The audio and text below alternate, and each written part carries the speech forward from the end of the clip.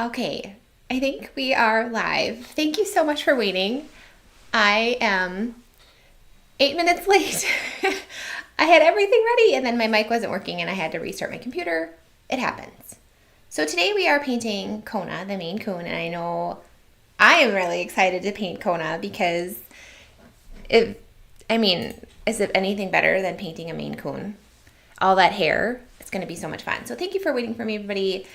I'm so excited all of you are here. And remember, this is going to be a long paint along. So feel free to pop in and out, just have it on in the background, whatever you want to do to make it work for you this morning on this beautiful, it's really sunny here in Minnesota, really nice.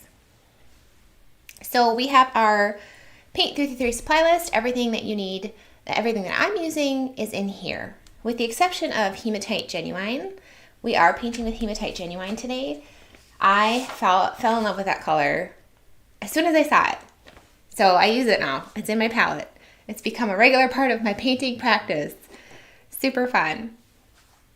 And I want to let you know that the reference photo and the tracing and even this painting planner is in the video's description. So links to everything you need to paint Kona are in the video. So today I'm painting on 300-pound Fabriano rough paper. It is trimmed down to size 22 by 28, which is a very easy to frame size here in the States. Let's go ahead and get started with the painting planner. I like to, especially for these lives, give myself a little bit of time to plan a painting before I go live. It helps me out. So I did take time to think through this reference photo and think through the steps that I want to paint it in. So with the drawing, I wanted to give you guys a heads up. So you have the tracing, but you can see that I went in and really refined the details in the tracing. The nose, I kind of changed the shape a little bit. I narrowed the mouth, I think, a little bit too.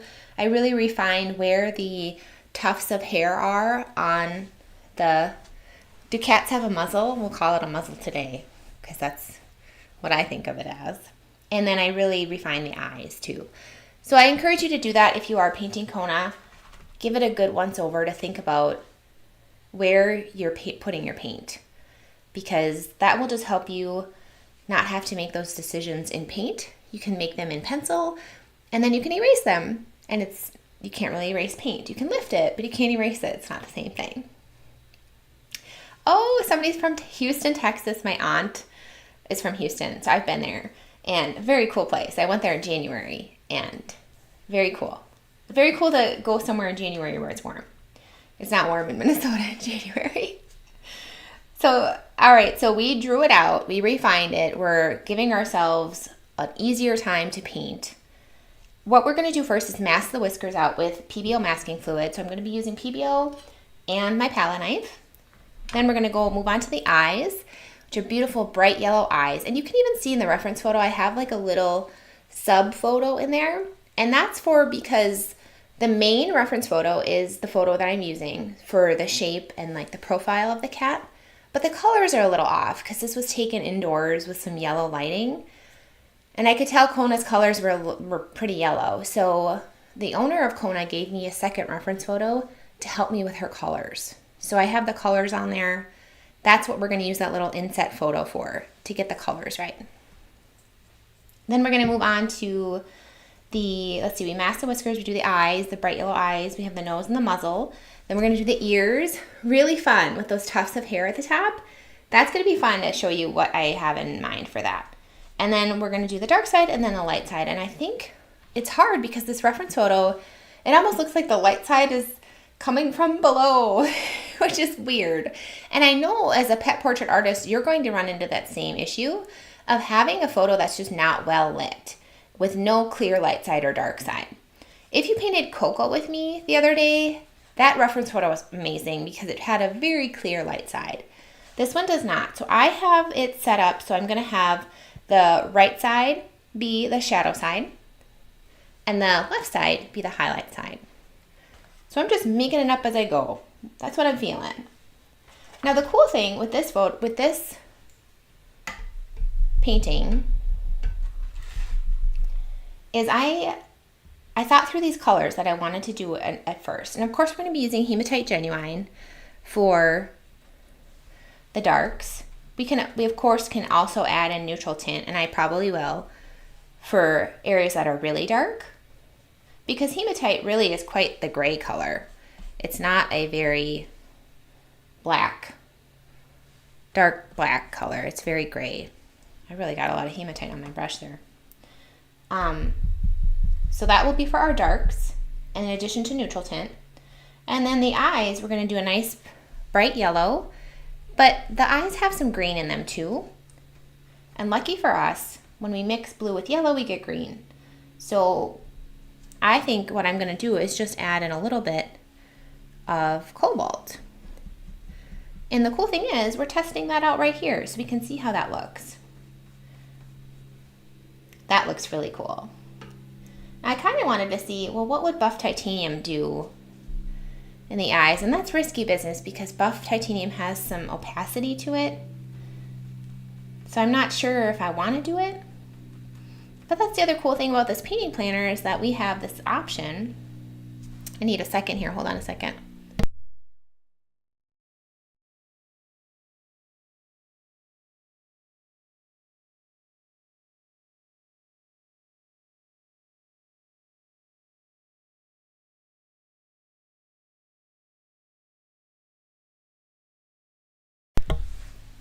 Okay, I'm back. I'm so glad I didn't have to do that on TV. I'm on like a live stream right now anyway, but it's not as intimidating. Anyway, that's the cool thing about having this painting planner is you can mix these colors up ahead of time and see for yourself, hey, do I really want to do that in the painting? There's no pressure on this, which is really cool. I kind of like that buff titanium. We'll see when the time comes if we want to keep that. But I think that'll be perfect for the eyes, at least the azo yellow with the cobalt. Makes a really beautiful green. Okay, and then I was thinking for the highlight side, the left side of the painting, I'm going to try quinacridone gold. And I cannot find quinacridone gold right now in any brand that I looked for. So I did end up buying, because I'm running really low, I ended up buying Daniel Smith transparent brown oxide. I kind of wanted to buy the transparent red oxide, but they were out. So I substituted brown. They had the exact same pigment code. So I'm like, well, what's the difference? I don't know. I don't understand color all the time. Anyway, when I run out of quinacridone gold, I'm going to see if that works well, especially mixing with azo yellow. That could be cool. But anyway, we have our quinacridone gold, and I was thinking potentially to do just it by itself, and then also maybe some areas where I mix it with buff titanium. That looks really pretty. I do like that. Okay, and then we have the other color, our shadow color, and I almost saw a hint of this color in that inlet reference photo of the colors that are more true to what Kona actually looks like. It looked like I saw this pastel-y blue, and that spoke to me. I thought, okay, that's what I want to do. And so sometimes it's hard. I know I was meeting with somebody yesterday who wanted to offer different color palettes, like pre-selected color palettes to their clients for pet portraits to give them like some options that might match what they like or what is in their house. And I thought that was a really good idea. And I love that. And I do try to let my clients tell me what colors they want. But sometimes too, especially with this photo, you kind of just get a feeling for what might look really good. And sometimes the colors can speak to you. And maybe those are the colors you want to incorporate. So if clients don't give me a lot of direction in the first place, then all the merrier, because then I can just do it on my own. And I can make the decisions. And I'm the artist. No, I want to make people happy too. All right, how pretty is that? That looks really good. It kind of looks like Star Wars blue milk, doesn't it? I'm wondering, what would it look like if we added a touch of ultramarine? Maybe a little bit. Oh, that's pretty. I might do that. So when the time comes and we're going to do our shadow color, And it's not a very dark shadow color. How cool is that? Just because it's in the shadow doesn't mean it has to be super dark. As long as it's really different than the highlight color, and it will be, it'll differentiate the two sides. And as long as we underpaint the highlight side, don't do too much painting there, we'll be in luck. So let's go ahead and start with masking out our whiskers. So I like to use my palette knife. I have a messy palette knife from my last demo. There we go. And then I don't know how many of you heard, I heard yesterday that Cheap Joe's is closing after such a long time. It's so sad. It's just sad when a business goes out of business, because as a very small business owner myself, it's like I know how much work goes into building something. And I'm sure for them, they just can't compete with like Amazon. Especially too with, I contacted them multiple times asking to be, like if they had an affiliate program, so I could get a commission from promoting their products. And they never implemented one of those, but I still promoted their stuff because it's like, I want to give you guys the right product regardless if I get a commission from it or not. So if Cheap Joe's had the right one, the one that I use, then that's what I would recommend every time. And plus it's just better to recommend them because Amazon takes over, right? But I do earn commissions from Amazon. I get a lot of commissions there. So it's tough too, because it's nice to earn money doing what you love. But it's a sad day for everybody who loves Cheap Joe's. I remember getting their catalog. The very first art catalog I ever flipped through was Cheap Joe's because my aunt had it in her studio. And if you know my story, you know that my aunt is the one who taught me watercolor. I'm trying to make these whiskers really long. Intense long whiskers. Cats have whiskers, right? Compared to dogs. Very intense whiskers. And it's hard to... I just run out of masking fluid on my palette knife. But I heard, somebody told me about I think it was called a ruler pen yesterday too in that same session. I had a power hour yesterday. It was really fun.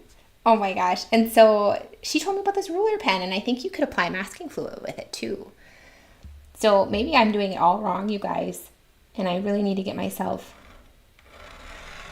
Ooh, that's a long one. I meant a little slower, and I got a nice long one there. Let's see if I can do it here. You don't need to do too many whiskers though. Okay. I think we get the point. And I don't see, he does maybe, he, she, I don't know what it is. I'll likely use both terms. Anyway. It kind of looks like a he, but all Maine Coons have this majesticness to them. I don't know. I'm going to put a little bit down here because it seems to me like he might have some down there. And you can see in that inset photo that he definitely has some above his eyes. So that'll do it for masking. And we're going to let that dry. I'm going to let it dry on my palette knife too, and I'll clean that off later. And we'll move on right away to his eyes. And like I said, this paint along is going to take me a while. I have a feeling it's going to take me about 3 hours or so. So we'll be here for a while, so I don't blame you if you need to go or want to just have it on the background, whatever you want to do. I'm just going to be over here. Got music in one ear. Hopefully I don't forget that I'm live and do something embarrassing. That's okay, it's life. I always embarrass my kiddos. Like, not embarrass them, but embarrass myself in front of them to show them that it's not, like, a big deal. I'll just be, like, burping, making fart jokes. They're like, Mom, come on. It's funny.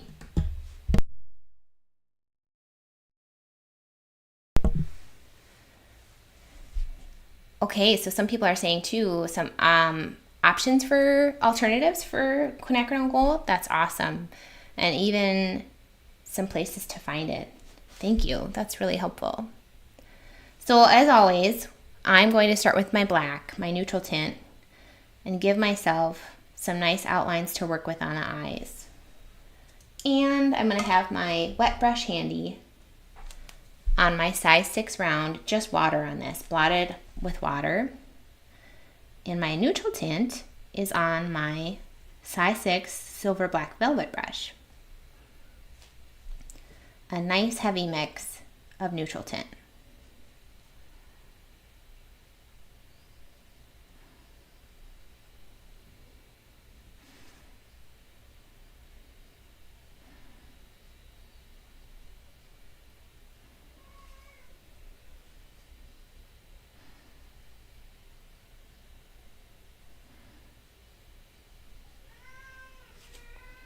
And that is my kitty, who desperately wants to be part of the fun in my studio. I have very good kitties. They love to be a part of the action, which is really sweet. So I'm just putting this wherever I see dark. I see some cool reflections even in this eyelid of Kona, so I tried to keep those white. And Kona has a really beautiful shadow on the eye that we are going to put in at the end, I'm thinking, as a glaze. Could look really cool.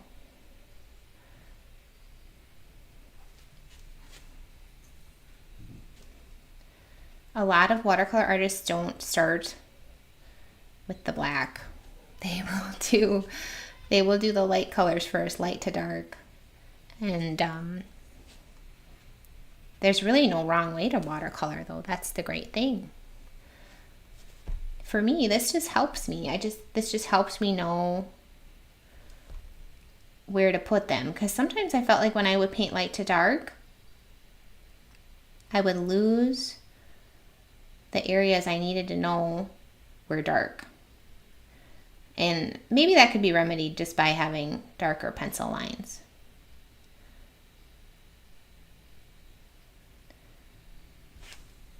And I'm going to bring this part of the pupil in with just water, where it gets close to that little tiny reflection that you can see. I think that makes them look a little bit more lifelike when it's lighter right next to the reflection. And the cool thing is you can always put in more paint if you need to.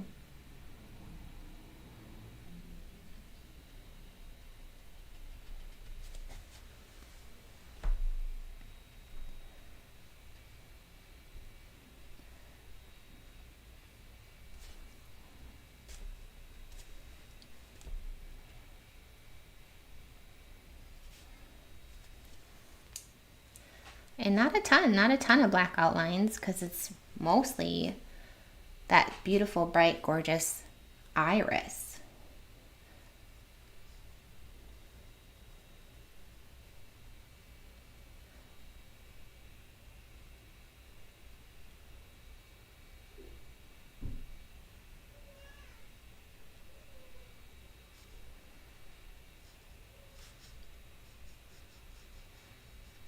So I hope you have some music on too, like me, while you're painting.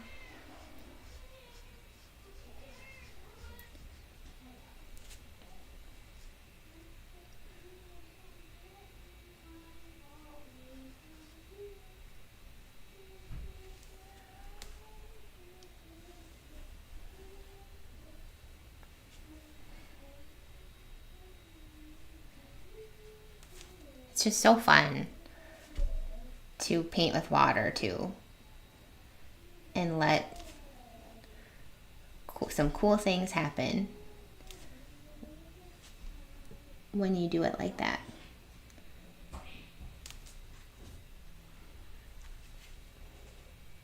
So I'm going to do the same thing and paint. I'm going to put a little bit of water right here. Maybe it'll move the neutral tint around.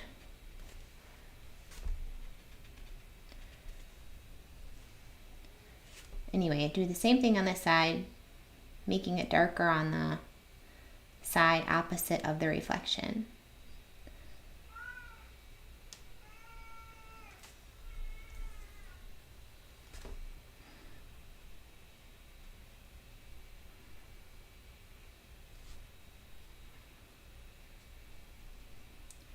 For any of you guys, I'm just thinking through things. Wondering about my marathon and everybody who donated, thank you. My half marathon. I call it a marathon. It's a half marathon. I run that in June, so not yet, but I will definitely post about it once I'm running it and let you know how it goes. It'll be my first half marathon. But then I signed up for a half trail marathon in August. So my road marathon's in June, my half road trail marathon is in August. So now this June one seems like it's going to be easy compared to that. So I'm not as nervous about it. Maybe that's the key. Just do something harder and then the thing that was hard feels a little bit easier. I don't know. It's going to be hard either way. I'm not a fast runner, but I really do like running. I think it's because I get a little break from everything. I just get to listen to my music and be outside. Okay, I added a little ultramarine there too. Let's see, did I do that with this brush? Yeah, maybe? I don't know now. I don't think I did.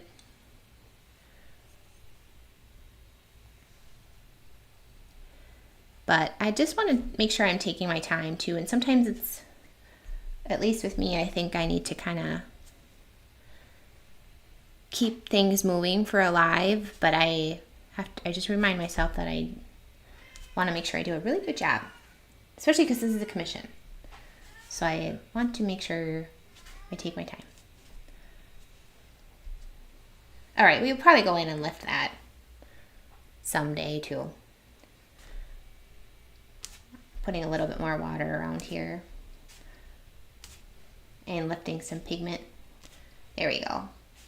Kind of wanted to do some cool stuff. If I can make it. Ooh, that could be really pretty. Okay, that's a really good start for the eyes. We masked the whiskers, eyes. So then I was thinking we could do the first layer on the muzzle because this will always take a few layers. So this will be kind of where we incorporate the hematite genuine. But I'm going to start the same thing. I think I have some ultramarine on this brush, but that's okay. And do some nice outlines.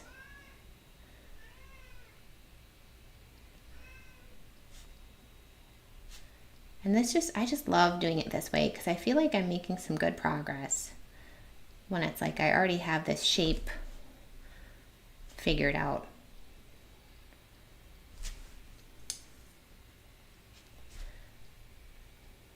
So now I'm just adding water and kind of touching some of the neutral tint I laid down. Not all of it.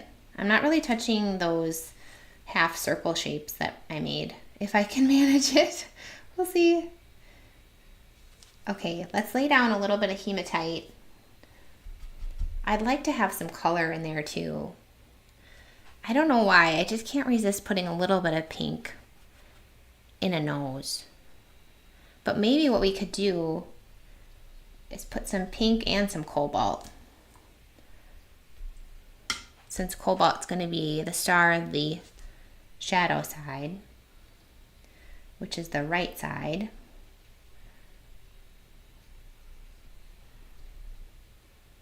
I'm going to bring it really close to those half circle shapes though. And then we'll almost naturally get like a little bit of a highlight right there. That looks really cool, doesn't it? Kind of that cobalt bleeding into the pink a little bit. And then maybe we could do some quinacridone gold. because we know that that's our highlight color. But I'd rather not have that bleed into the blue. You can see it just takes over, and it always does that. Just wants to be the star of the show. And then, hey, look you guys, we made mud. How to make mud 101. Just add quinacridone gold. Because it'll push all the other colors around and make everything blend together.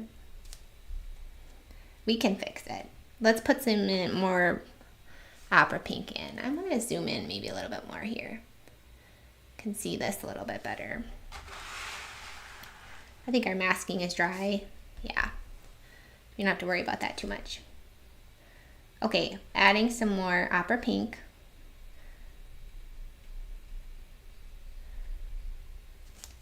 And I want to add a little bit more cobalt. I always add more than I think I need because it does dry lighter. So we oversaturate while it's wet. And then I want to, if I can, it's very wet right now, but I'm going to see if I can put in a lot of water and bring it all the way to the top of the nose. And then lift some of that water out too. It's just a lot. Put a little bit more hematite at the bottom.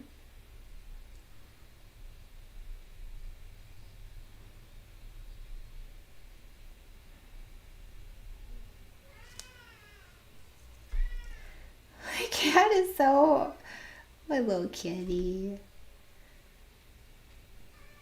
Just very persistent today. So now I'm just kind of blending it with my wet brush.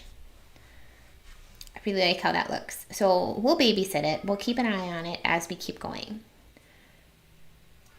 But it's hopefully going to dry in really cool ways. And I'm also babysitting the eyes. I'm loving how that ultramarine is looking, and I want to maybe put a little bit more in there.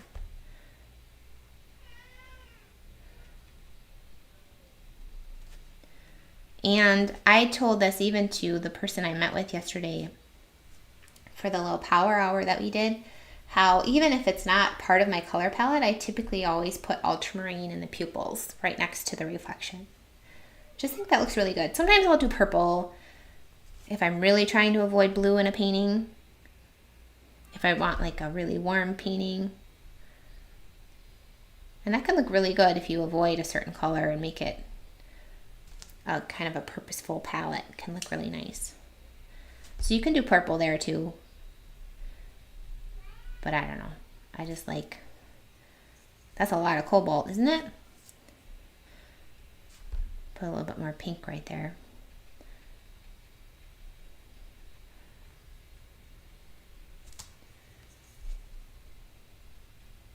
And I'm lifting towards the top of the nose. It just looks to me like the top of the nose is a little bit lighter.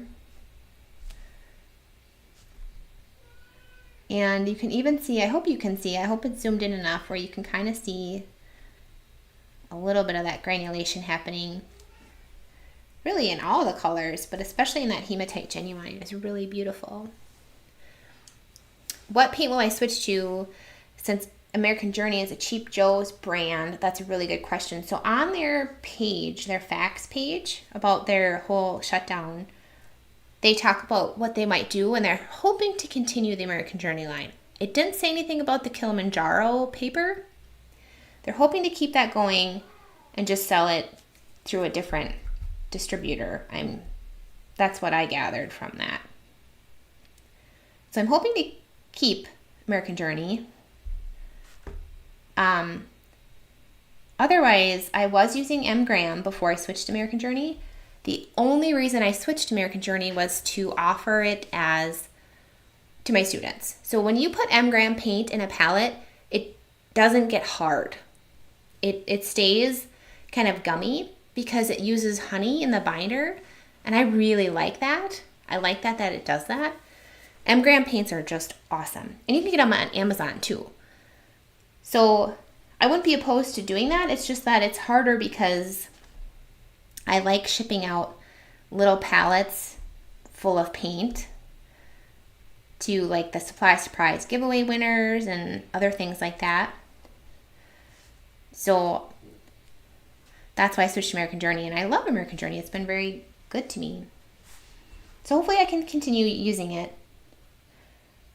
Otherwise, I would maybe just go to Daniel Smith so that I can still ship the palettes. And so you're seeing the same paint that I'm shipping people. But that's a question I can finagle down the road.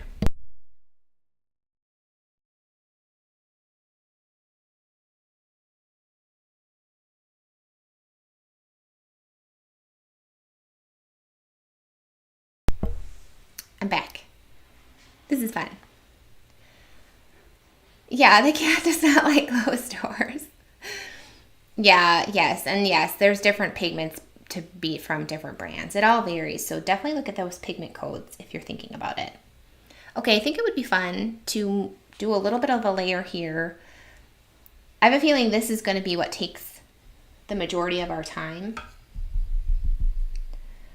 So I did do the pencil lines pretty dark, which is good because I want to be able to see those as we paint. And I'm going to be, we'll see, I'm going to touch the nose and see if it'll bleed into it, because that can look really cool. It can look really cool, but it can also take a lot of the pigment away from the nose, so we might have to bring that back into the nose. That looks really cool. I might even put a little bit more quinacridone gold right there so it bleeds into it a little bit. How cool does that look? Doesn't that look cool?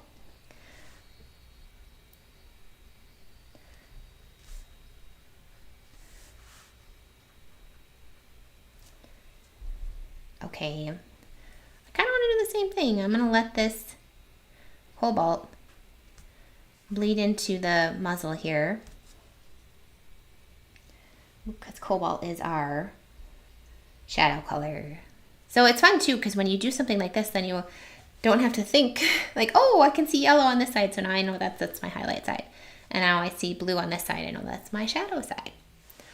Yes, M. Graham is such a great paint brand. And I believe, yeah, I've heard that too, that Da Vinci and American Journey are manufactured by the same people. Okay, I'm going to put the buff titanium right next to it on both sides here. I want to be careful. I always want to keep in mind this light side. So I don't want to do too much over there. And then I'm going to come in with my grainer brush. So I have two different grainer brushes. They're actually two different shapes, but really I just use the smaller one, my 1/2 inch, for smaller areas. And then I typically use my bigger one, my 3/4 inch, for bigger areas. I haven't found, I like that filbert shape. I would say I like it a little bit better, but it's not a big enough of a deal breaker to warrant me using it in different ways just because the shape is different. I'm going to go in with more cobalt on the shadow side.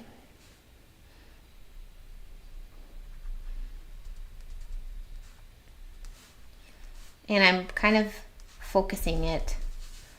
I'm going to put a little bit on the highlight side too. I'm putting it kind of where I would already put the dark hematite. Oh, and I have hematite on my grainer brush. I have all my brushes. So I typically keep a color on each brush and use a new brush for each color.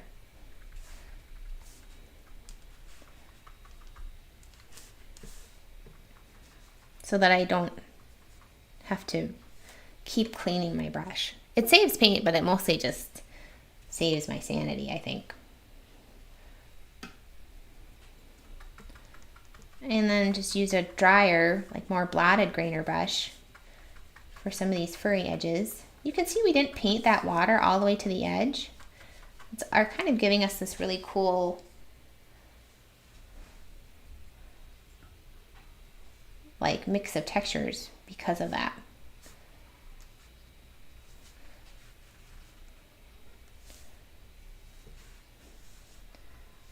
And then I'm just going to soften it too with my flat brush here. So this is a flat 3/4 inch flat. And it took me a while to learn that flat is different than, or is it shader? There's so many brush shapes, but I think it's called flat brush. Wash brushes are typically a little bit thicker, so I try to avoid those for like a size like this, because I kind of want that really nice thin point that it comes to, versus like this one is just a lot thicker. All right, so I'm still just kind of softening and babysitting this nose too.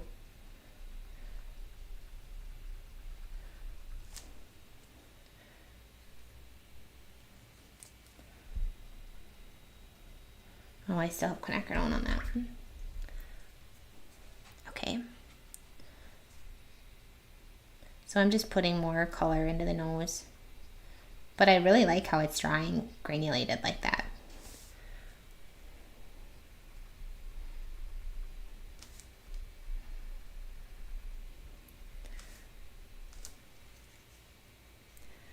Keep track of all the colors I have on my brushes. It's so pretty. It's so pretty. So I'm just dabbing in more color where I think it would look good.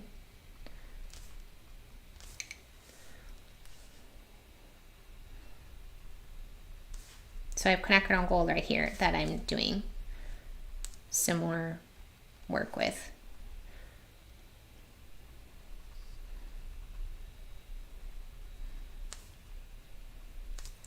And sometimes I put the shadow color on the shadow side or the highlight side and vice versa. Maybe just to make it look a little bit cohesive. Especially right here where it's kind of just, it's an important part of the cat.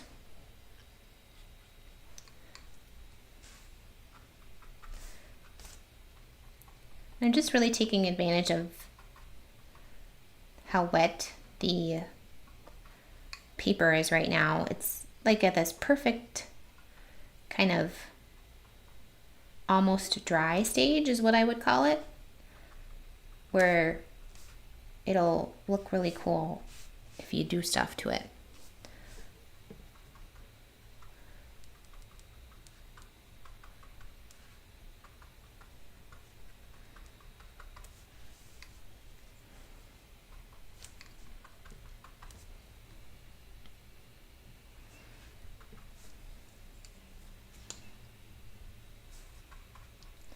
And then pulling some of that color into the lower lip here, that little lower area. And it softens it. But we don't want to soften it too much because we like that hairy edge that we have.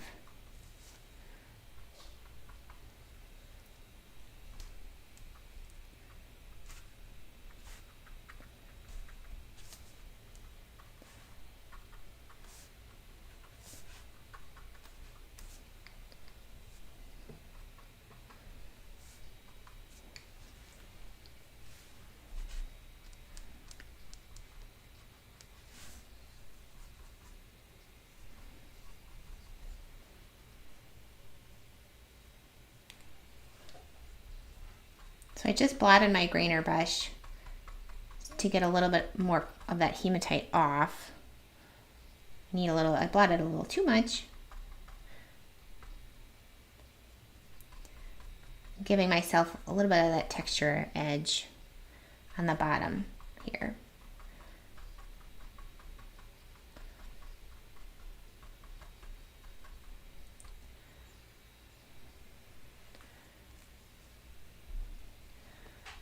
And I might lift too.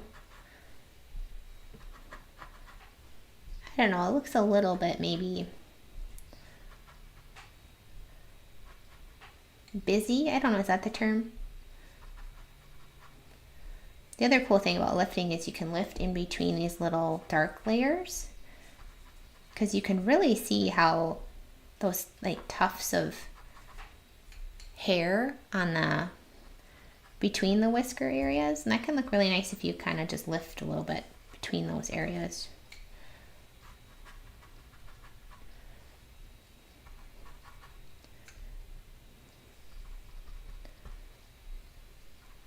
Can do that on this side too if I wanted to.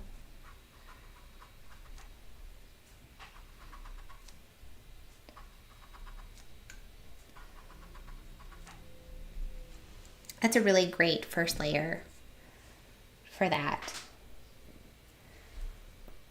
Our eyes are they still wet?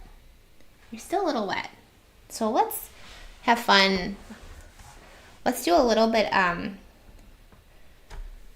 think the cool thing with the ears is you can feel like you do a lot in a little bit of time. But I will say with cat ears is that they're a little bit more hairy, a little bit more complicated than dog ears. We can make it work. All right, what I'm gonna do, I'm gonna start with the dark side ear here, and I'm gonna lay down some water. I'm gonna tint it a little bit so you can see where I'm putting my water. And I wanna give this outline here and bring it down into this area. Basically, I'm trying to avoid painting where I see all that hair, because I'm thinking we can use our grainer brush and bring that into that side. But we can also do some fun things like scraping to get that to happen. So I'm really letting it pool on this thin area because I want the color to run into all those shapes, but they're so thin, it's going to need a lot of water to do that. Pretty. It's already pretty. That's pretty. I'm going to put a little bit of cobalt in there so it actually shows up, because that looks cool. So let's go in with hematite. We might have to do neutral tint too. And I think there's some neutral tint. I feel like there's some ultramarine on there too. We're going to find out. Okay, it kind of looks like just hematite. So I'm just going to put it. It's so pretty when it spreads around like that. And then, I just love it. It's these moments of wateriness that can make the painting look so good and so much like a watercolor instead of just a photo.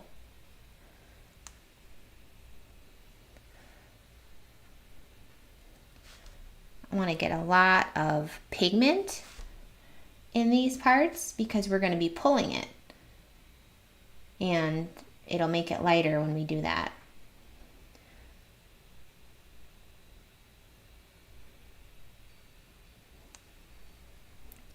So I'm really loading it up. The other thing, we're going to need that, is it looks to me like there's a little bit of color in that ear too. And I kind of want to, okay, I have this well, I'm going to show you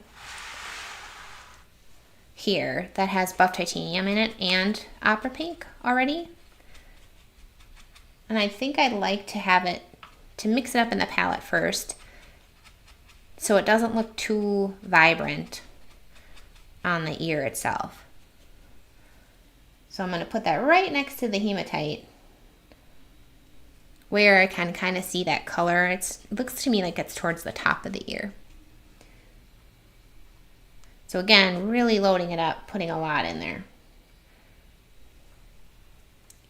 And maybe it would look cool if we put a little bit of our shadow color. And make sure you can see this too, This well right here, I actually already have hematite and cobalt in there. So I'm going to go ahead and add a little buff titanium. That buff titanium really took over, didn't it? I'm going to put a little bit right here. Okay. Let's go ahead and go in with our grainer brush. It's just blotted. Probably has a little bit of water on it. Actually, I kind of like the idea of having a little line right here. Okay. And now we can kind of give ourselves some of this pretty hair that she has. So I'm just pulling that color with my blotted grainer brush. And I'm going to pull it from both sides. So we're attacking it from both angles here. Because it's very hairy ear. Pull up even some of this maybe.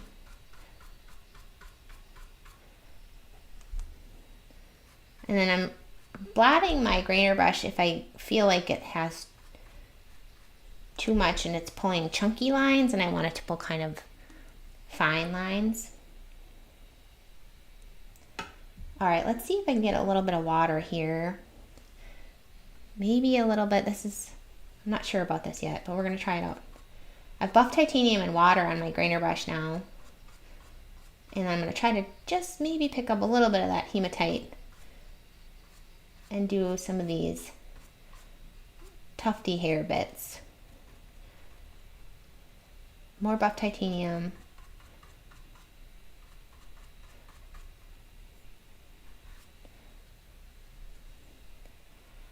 Kind of getting it.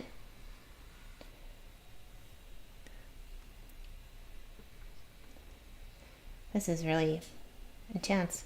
Okay, more watery mix of buff titanium there. Get a pretty line. I think that looks kind of cool. Get more water. Maybe let them blend. That looks cool.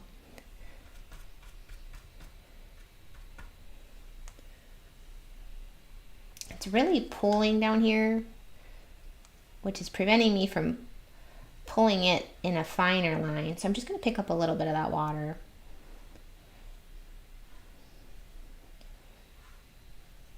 And maybe put down a little bit more hematite right there.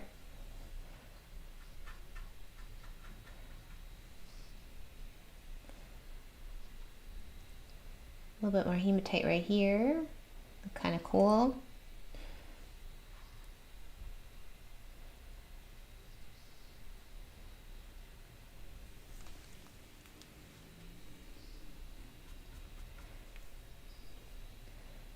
And I want to keep it. Okay, so I just want to make sure I don't put it where I have these really pretty highlights in her hair.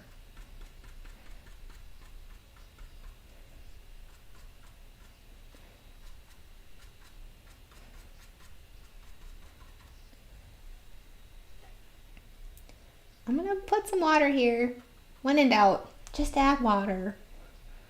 See if I can pull a little bit of that out. I just think these little tufts of fur up here are so cool. I don't think many cats have that. Unless they're like wild like these Maine Coons are. My mom worked as a vet tech and the clinic kitty. So a lot of times clinics will have cats just there in the clinic that live there. And I was lucky because the clinic cat was a Maine Coon. How fun is that? So I got to just go to work with my mom and pet Maine Coons, and I did a lot of chores too. A lot of litter boxes. But some of my best memories are just being at the clinic and seeing the pets, and of course Eddie the Maine Coon. I still remember his name. All right, I'm just adding water because it's just, for me, it looks a little stiff, a little tight. And I want more watercolor. I want more watercolor things to happen here. I'm going to even just facilitate these guys to just blend a little bit. Where's my grainer brush? Here it is.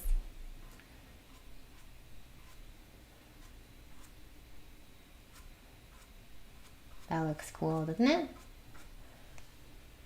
I think it looks cool.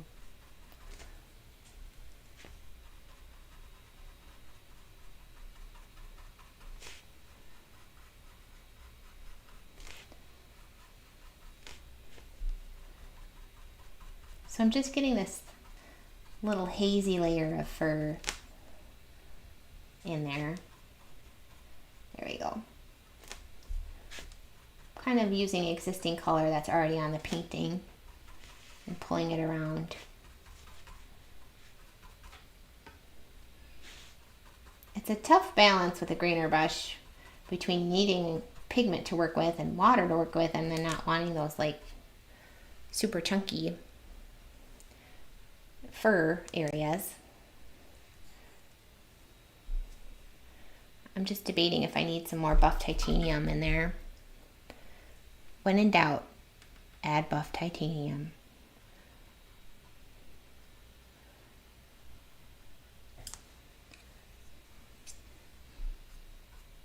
I don't want to lose these hairy shapes.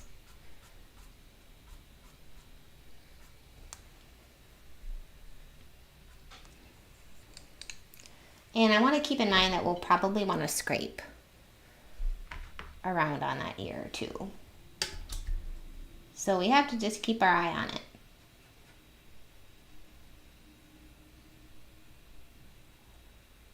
I'm just making that splatter look even cooler. Somebody asked me about, thank you, Robin. Somebody asked me about here if I don't do a background.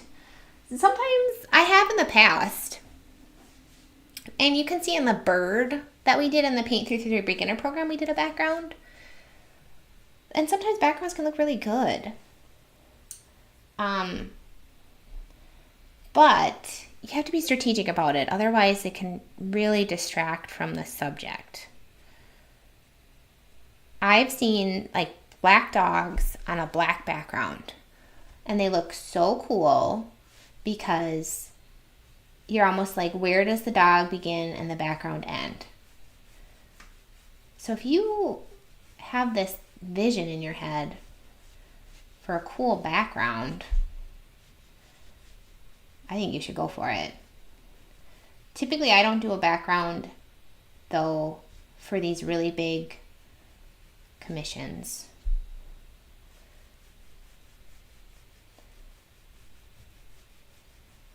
I should show you an example of a cool black background though, because you can do it.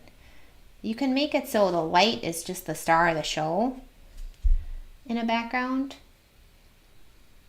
Okay, I have my size 2 round brush, and I'm dropping in a little bit more hematite and kind of doing some brush strokes of hair. And it's cool because if you can see, it's kind of picking up the other colors as I'm laying it down. And almost, I don't know, cool things are happening. So I'm going with it. But I don't want to go crazy and have it be like everywhere. I just need to suggest it a little bit.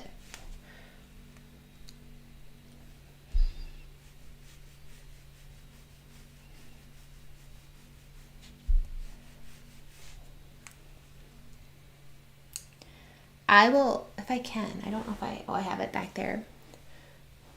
I'm going to grab it. I'm going to grab the example.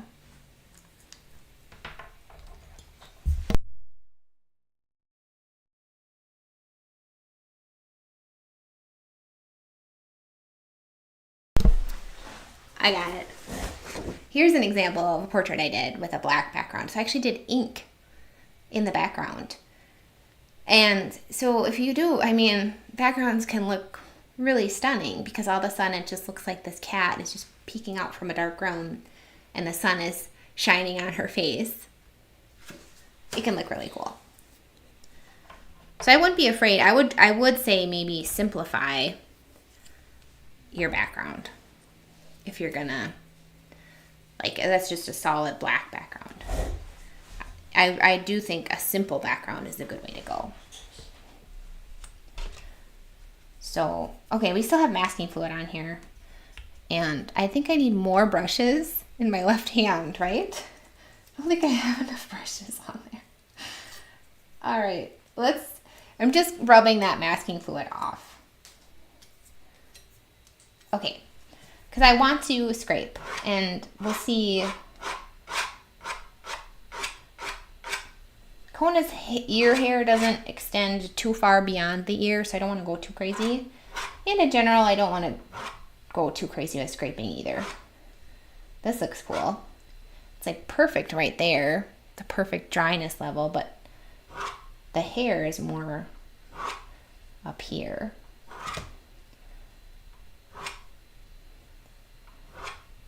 And I think that's enough. We don't need to go too far. Gotta rein it in. Because again, those lines that we're making really attract our eye.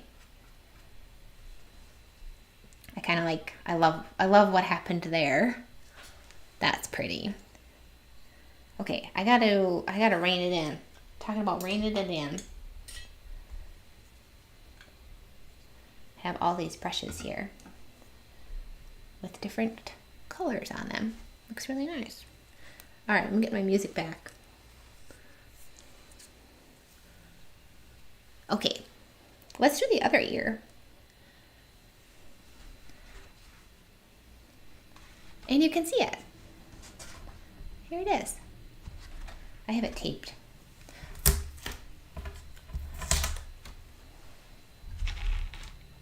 There we go. Okay, light side ear, so we don't need to go quite as crazy on this side. But I'm going to start with the same thing by painting water. I'm going to grab a little bit of the gold here so you can see where I'm putting it.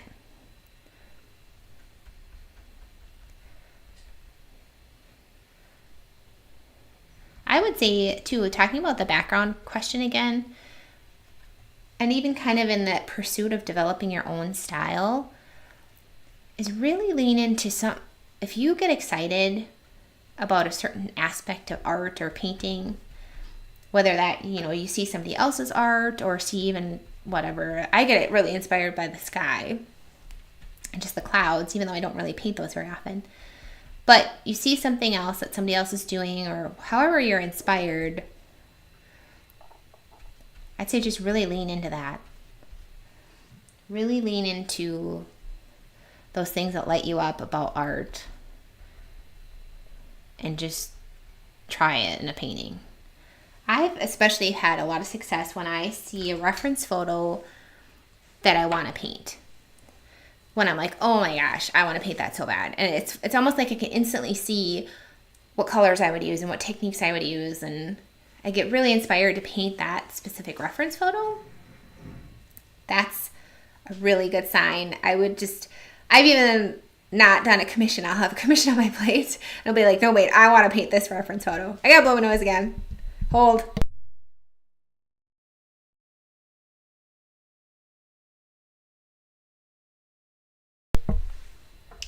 So I even did that when I had a ton of homework. I had a ton of homework in my college graphic design 3. And I remember coming home and getting out my laptop and I'm like, oh, I gotta do this. And I'm like, you know what? I'm gonna fill out my eHarmony application first. Good thing I did. Good thing I listened to my heart that day, because that's how I met my now husband of almost 15 years. It'll be 15 in August. September, August. Good thing. Good thing I did it that day, you guys. Listen to your heart, your intuition, and sometimes things have to wait. And my homework had to wait till that evening. Anyway. Okay. I get excited talking about that. This is a good story because we met on eHarmony in March. So we started chatting in March. But he was really busy with finals for his program he was doing for school. And so he's like, okay, let's just take this on a back seat, even though it was going so well. Put this on the back burner. Let me finish finals because I'm so distracted by you. And then we didn't have our first date until May 19th. So we chatted a little bit through April, and I had to wait till May 19th to see that man in person. But then we were engaged on June 10th. So after that, it went pretty fast, because then we were married in August 28th. They say when you know, you know. I think that's true. Okay, we have our Hematite Genuine on there. How cool does that look? I feel like even if you just did that, right? A lot of times less is more. But I am going to go in with some buff titanium right next to that hematite. And I do want to incorporate our really pretty highlight color. Quinacridone gold. I might grab a little bit of azo yellow too. So this whale has azo yellow and hematite. So I'm going to grab that along with my quinacridone gold. Let's see if I can put some on this side. Azo yellow and hematite genuine almost make a kind of green. But we'll see. This quinacridone gold is looking kind of cool.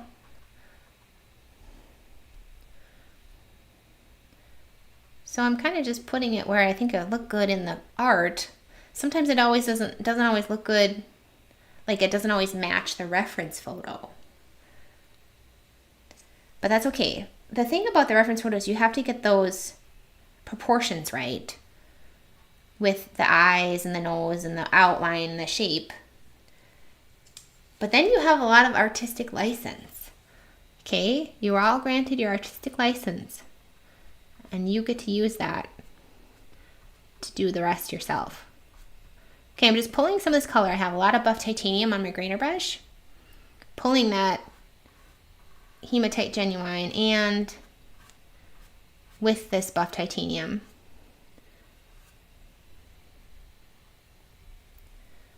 To get these little fluffy edges here. It's very pooled right here. We'll see if we can get some fluffy. Oops, look at that. I just did the whole thing. It's intense. Let's go in and do this hair. So pulling that hematite genuine almost through the buff titanium and getting both colors. Kind of using the side of my grainer brush too to get a kind of tufty look. And then I'll come in on this side and do the same thing. Pull some of that quinacridone into it to get those hair shapes there. Let's see, I want another little pool of water to work from. But that's a lot. So I still have some buff titanium. I have some like residual quinacridone gold.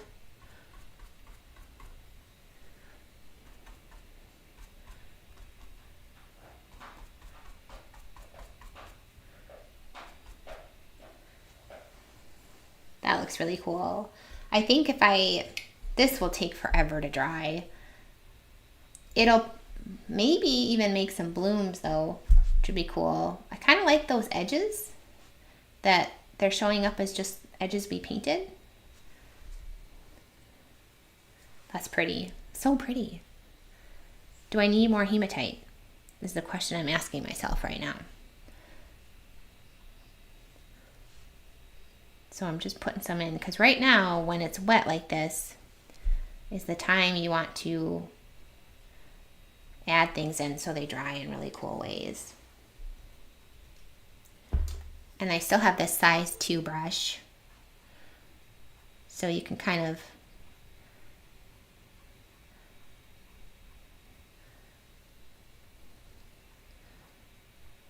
just put some more water on it.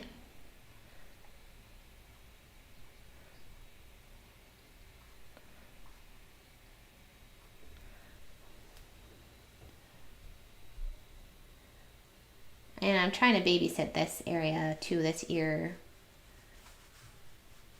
Sometimes scraping can really make it look a little bit, I don't know if tight's the right word for this either, but I don't know, a little too rough. Rough might be the better word.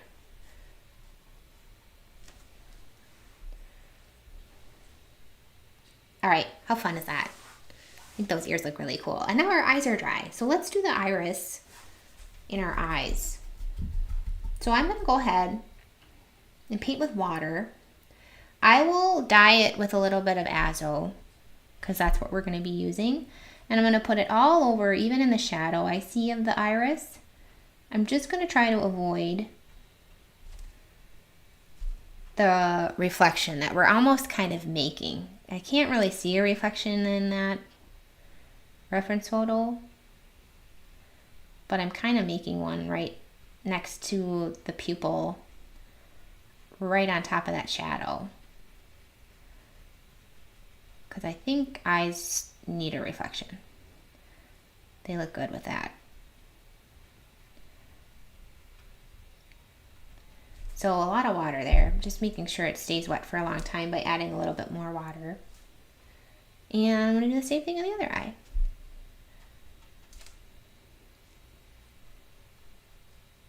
And saving a little bit of that reflection here. It's kind of funny because they're not symmetrical reflections. We'll see how that looks. Maybe I'll put a little bit of a reflection on this side too, just in case that ends up looking a little funny. I don't know, that's kind of what I see in the reference photo. Okay, a lot of water in there. Let's go ahead and put our yellow in there. So just dropping it in, nice heavy mix. And I'm still using my size 6 brush here.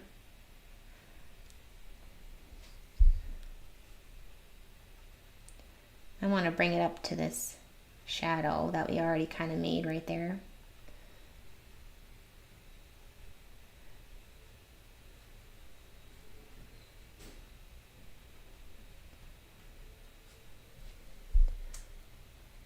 And it really is just a very light, mellow yellow with a little bit of green. So I don't want to do too much yellow. Let's maybe grab a little bit of that green. So I'm gonna grab this cobalt that we have already mixed with buff titanium. If you can see that. So I have a little bit of cobalt and buff right there, so that I put that on my brush. And I'm just gonna see if I can kind of put that right next to the pupil and kind of towards the shadow.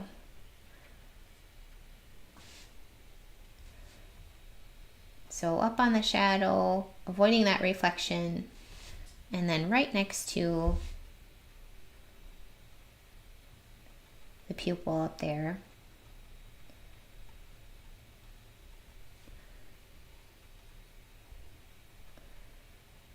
I think my main thing right now is I don't want it to be too yellow. It'll dry a little bit later, but azo yellow is pretty intense. It likes to steal the show too, so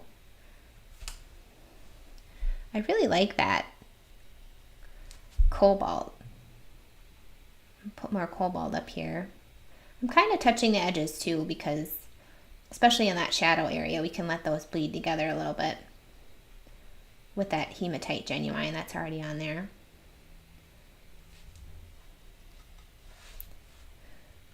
So, but cobalt is opaque, so is buff titanium.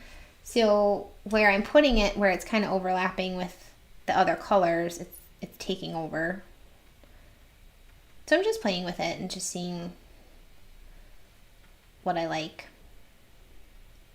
And the cool thing is we have a lot of time because we put a lot of water down.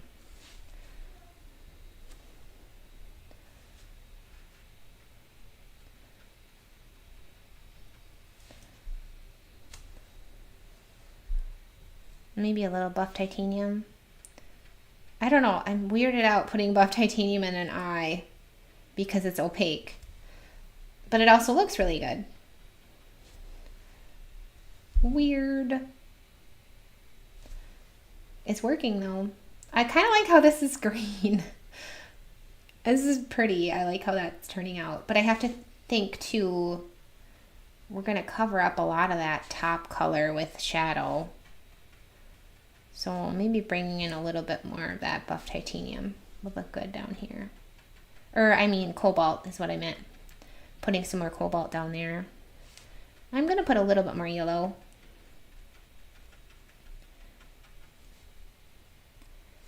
And what I mean to when I say like I'm nervous about the opacity is because the eyes need to be really bright.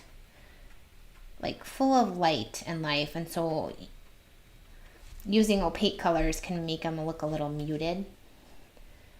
All right, I'm going to add a little bit more water to this side. This side still has a lot of water. It's doing some really cool things, and I like that. And I want it to keep doing some of those cool things. There we go.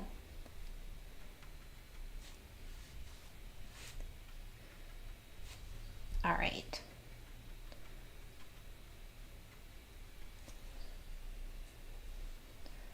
And a little bit more water.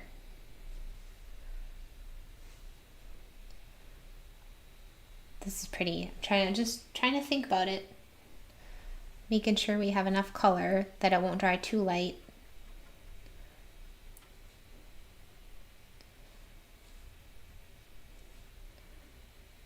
I like that little burst of yellow right there. That looks nice. Okay, I think that's good. And then we'll come back in and do the shadow. Thank you, Mary. Thank you, guys. You guys are so sweet. This is so sweet. So keep chatting. I'll keep looking at that. All right, what do we got now? We were going to do eyes, nose, mouth, ears, dark side, light side. Okay, so cat faces have a lot going on. What I think I want to do now is just trying to take care of this nose area. So I'm going to go ahead and I'm going to paint with water the dark areas that I see in the nose. And we'll still try to concentrate the dark towards the dark side too.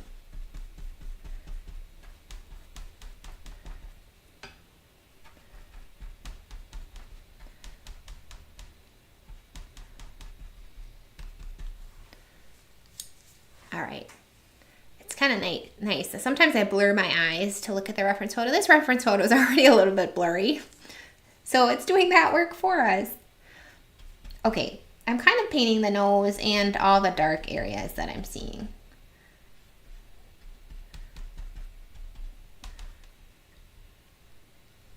You can see where I'm painting, so that's good. I'm even picking up a little bit of the color that we put down from the ears. Oh, that'll be pretty. Let that run in.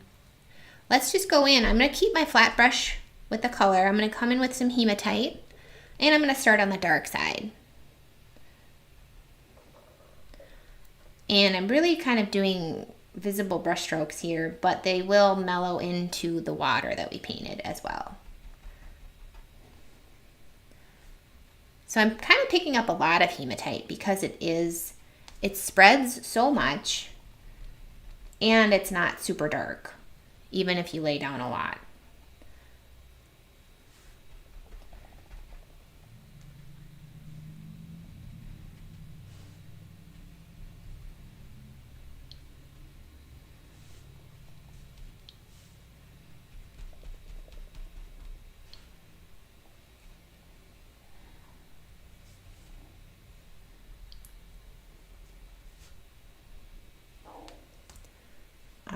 I'm gonna keep, I know I'm working on the light side now, but I still want to make sure I get some of those values right. I'm just not picking up any more hematite right now.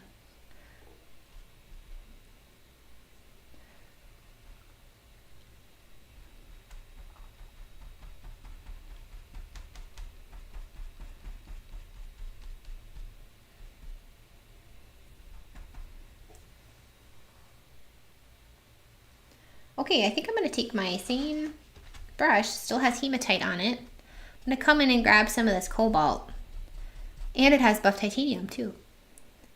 And I'm going to just kind of go in those same areas that I had already put the hematite.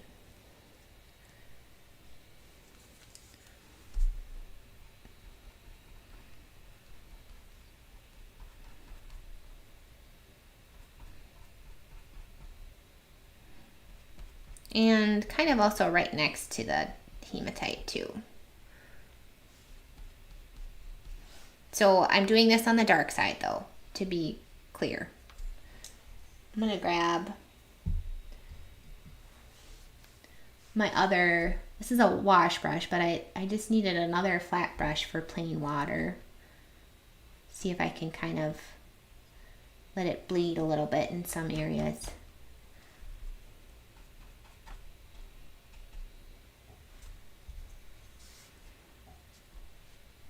And maybe even lift a little bit.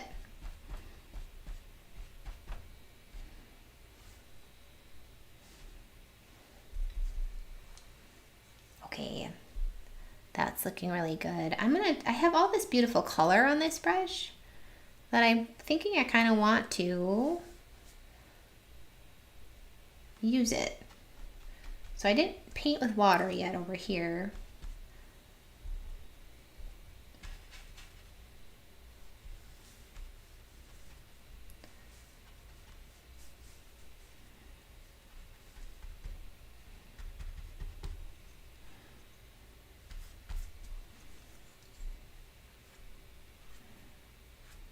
I just kind of want to use this color before I switch it to my highlight side.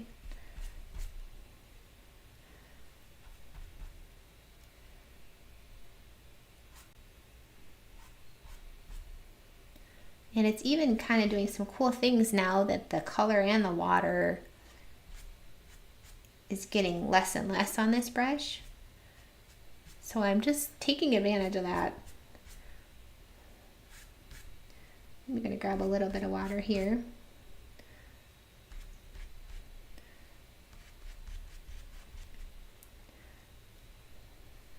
And she's got really kind of chunky little bits of fur too.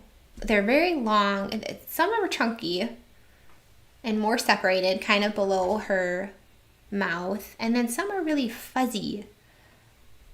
So I just want to keep trying to get those little differences in mind. Maybe put a little bit of water in here for those kind of fuzzier areas. It's really pretty. Just kind of want to look at it and be like, oh, that was a good decision. But there's also a lot more work that needs to go on. Like, it looks really messy right now. So, Violet, Leo, gosh, I remember painting Leo. I feel like that was so long ago. Oh, fun. Pugs are so fun to paint. Any dog with a ton of wrinkles or like a really big muzzle, really fun to paint. Okay. Do I want to do anything else with that while it's wet? That's the question of the day.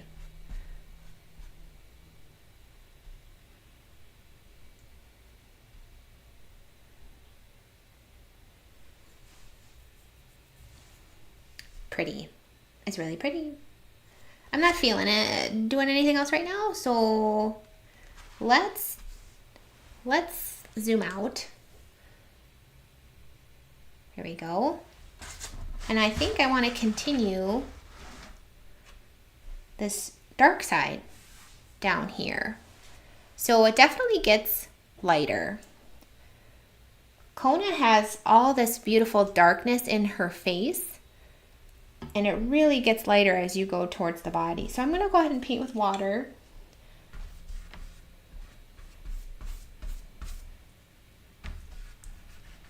A little bit here. And come in with, I think what I kind of want to do is blend a little bit more of that hematite into the cobalt. I like that buff titanium too, but I don't want it to be too blue. Because Kona's not blue, right? Kona's this beautiful tan. So I'm going to grab, so I have a lot on my brush right now. Mostly buff titanium. Let's see what happens here. I'm painting in this in between. So this area of fur is very bright. So I'm not painting that. I'm painting the fur right beneath that. And it's a little bit more chunky. I can't say the word chunky anymore, guys, because I have 4 cats, and you know they're chunky, not chunky. Okay, so then I'm putting some more hematite down here. Trying to get a good mix of this, and I'm putting it up here too. So I'm putting it all over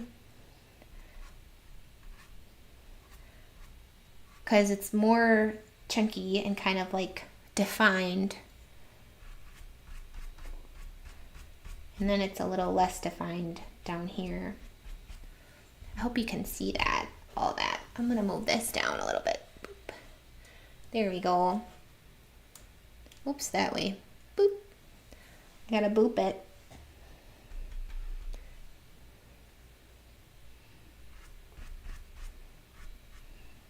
A little bit of straight up hematite, and I'm not really washing my brush between picking up these colors because I love when a brush has multiple colors on it and it's laying down multiple colors. It can look really cool.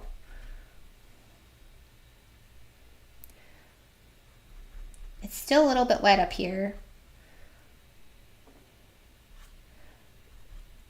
So I'm kind of going in around the little tufts of hair she has on her muzzle too.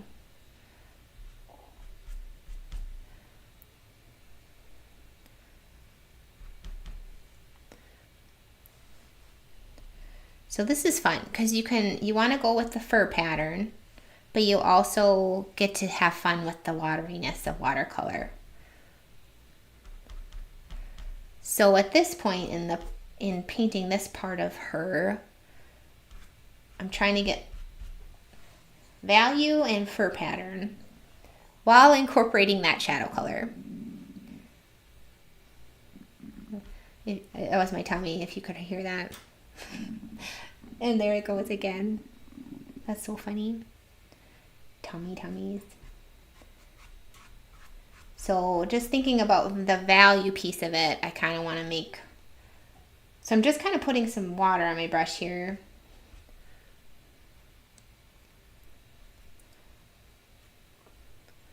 I'm going to clean it a little bit.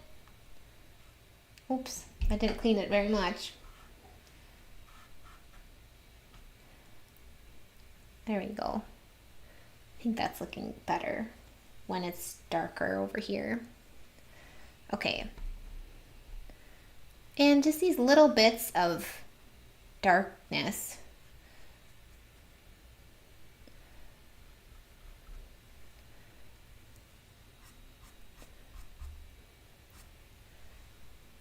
I really want to make sure I get the darkness in the face right. Oh gosh, I picked up a lot. I picked up a lot of hematite with that one. So let's use it. Let's just go for it.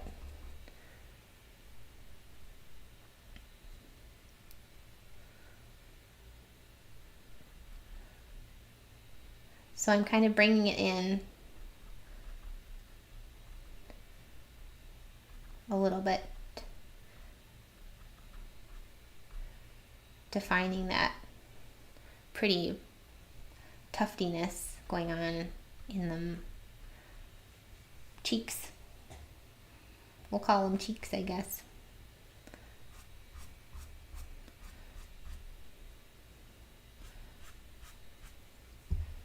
All right, kind of cleaning it off, hoping maybe it's, there we go, that's kind of nice, I like that.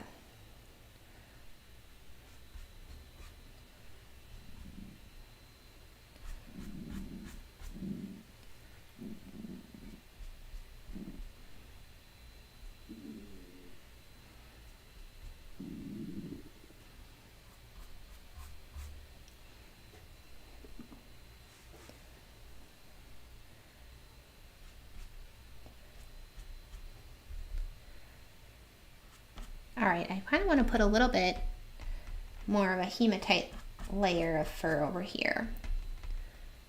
I think that'll look really nice.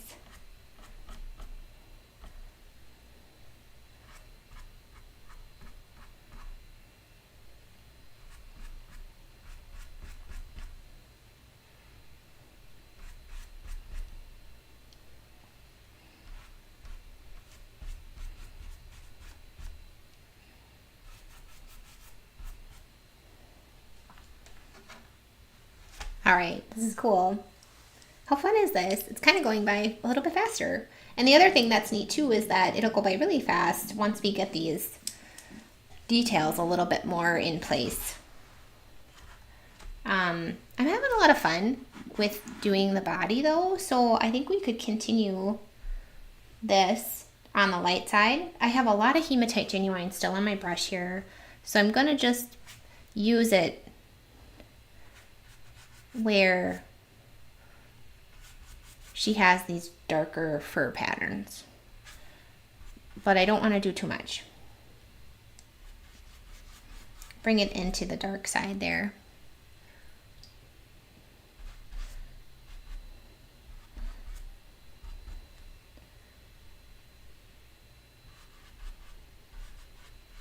And I'm just doing it right on to the dry. You can see I didn't paint with water yet here. And now I'm trying to get some of these, I'm almost kind of negative painting around these white fur shapes that are happening.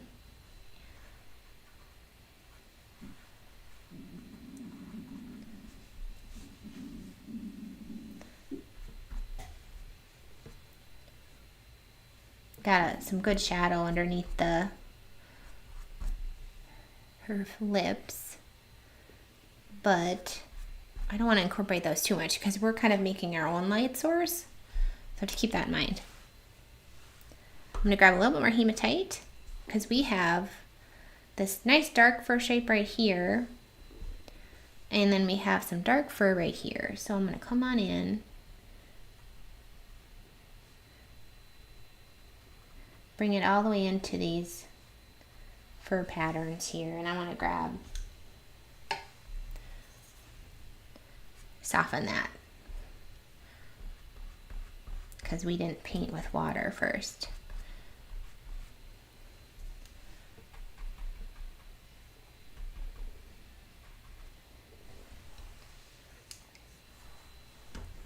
And we have hematite up here, and we have some hematite right here.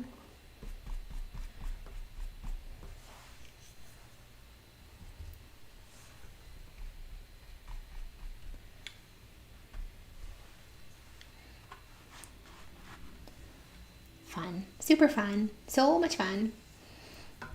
All right, I'm gonna glaze a little bit. So let's glaze this light side.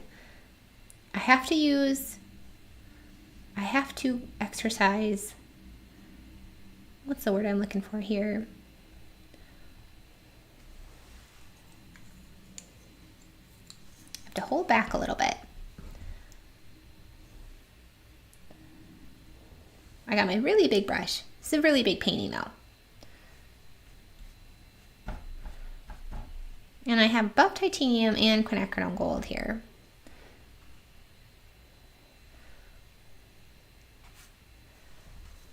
I love that little stroke. That looks really cool. So and then I'm just going to kind of glaze over that hematite too. Buff titanium, quinacridone gold here.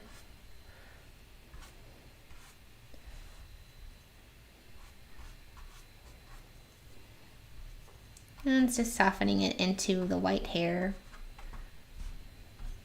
It's really kind of like a caramely hair color. I'm gonna grab more buff titanium and maybe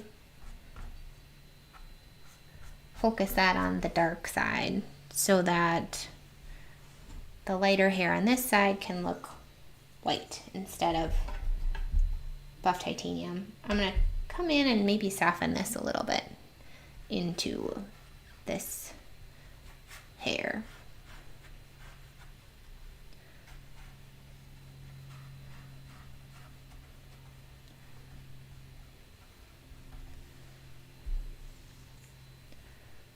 That looks so fun. I kind of like how it just looks so big. What do I got? I got buff titanium over here. There we go.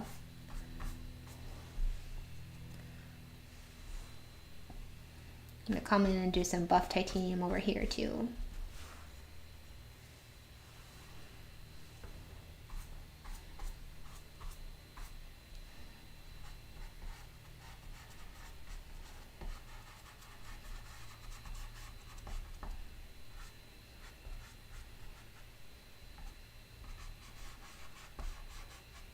I'm using the side of my brush with the buff titanium on it. Again, to just do kind of some negative painting and get that fur pattern a little bit more accurate. I'm grabbing like a really watery mix of the buff titanium with the quinacridone gold too.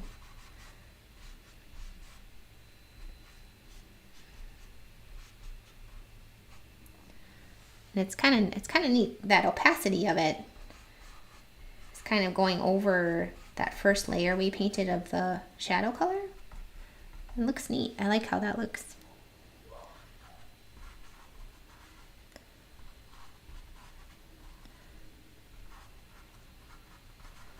So that's really a nice way to do it, to kind of establish some of that, the way that fur looks right there, with using the side of our brush.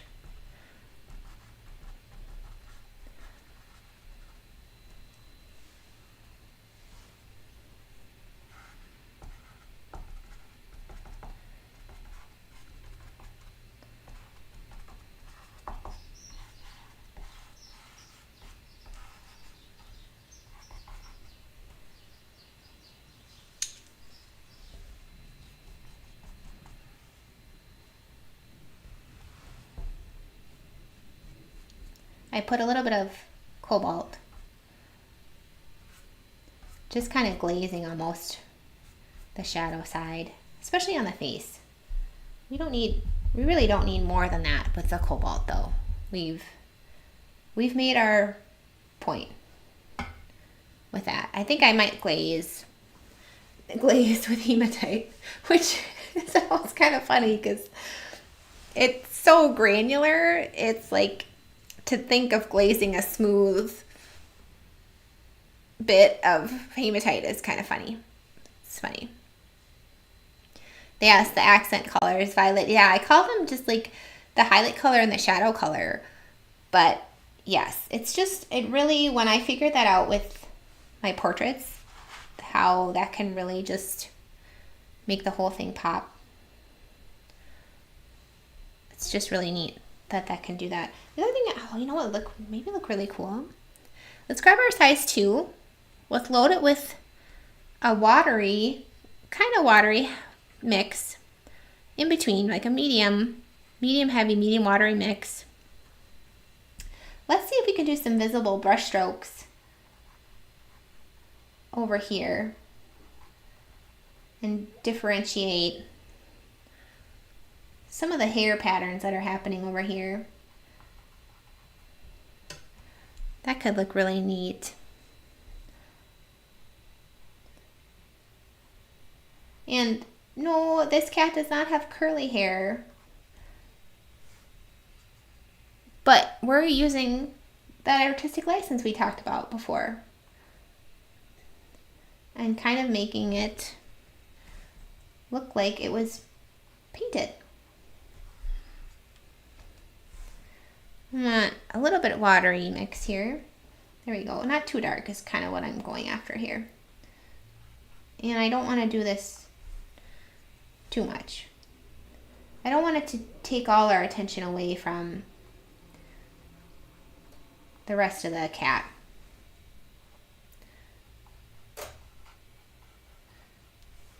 So now I'm also just kind of negative painting some of these hair pattern shapes.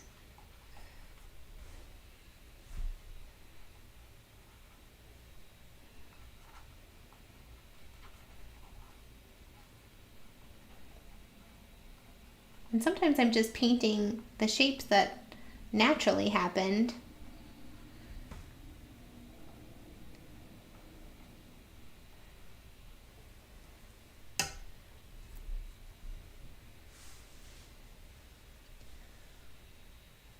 Okay, what am I looking at? Let's see. I'm gonna grab that buff titanium quinacridone gold color on my big brush here. And the thing that I'm seeing is that I want it to look a little bit more straggly than necessarily like a big puff ball. Some cats are puff balls, but I wouldn't really describe Kona as a puff ball.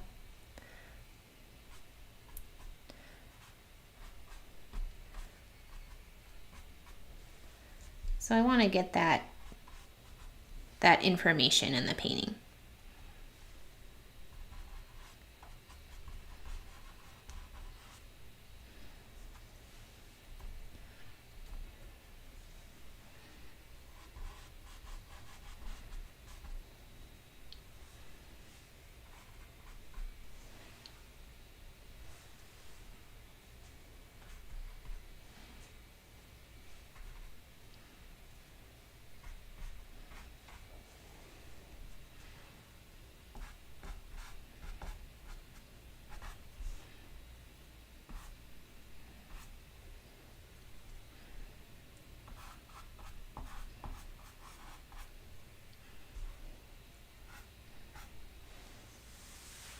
That looks cool. I do like that. Okay, I kind of want to glaze now. We're going to glaze with Hematite Genuine. See how that goes. I still have, let's see. All right. Put this down so you can see the whole thing. I'm going to grab a nice watery mix of Hematite and start on the dark side. I want to also have a watery brush here, just a water blotted brush ready to soften if I end up putting a little bit too much down.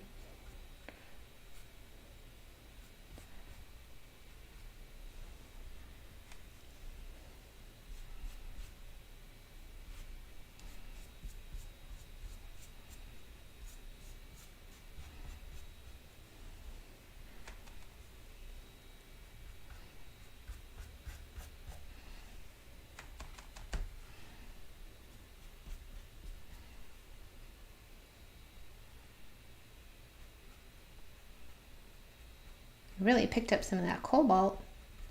It's interesting. Looks good though.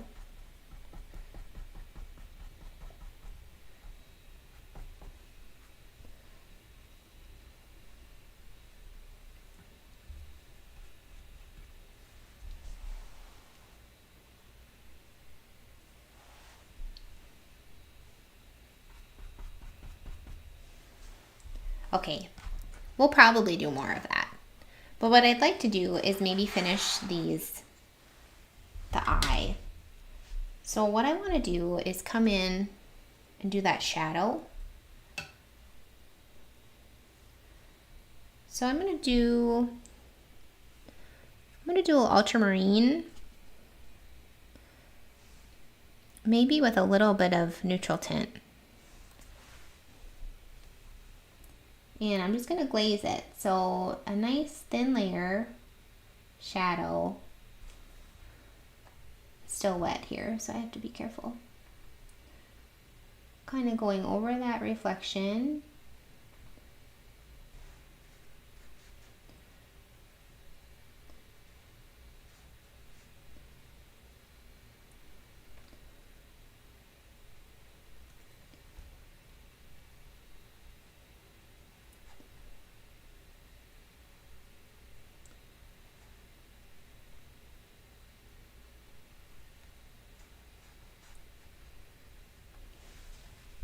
All right, that same color. Let's do that shadow on this side.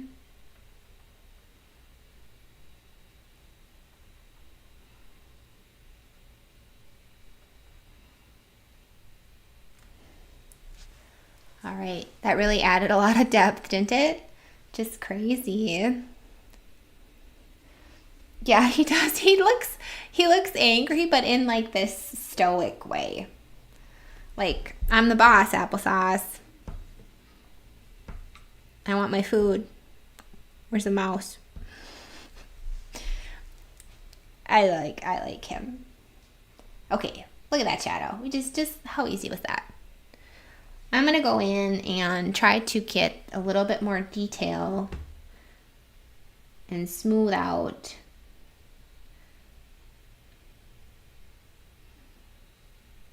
this nose that we have.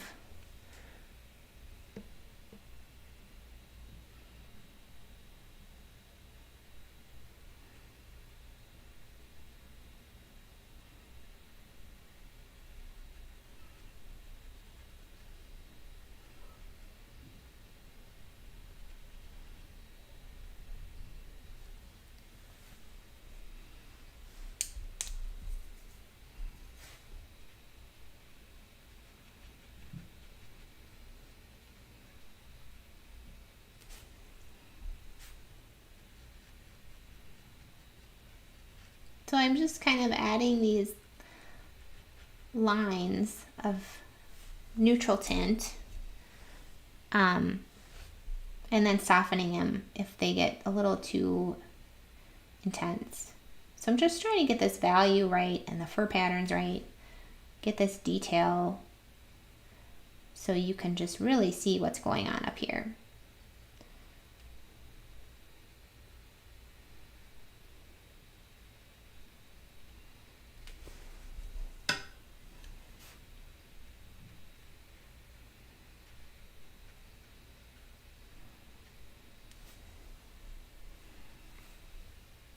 And then what I think I kind of want to do is lift.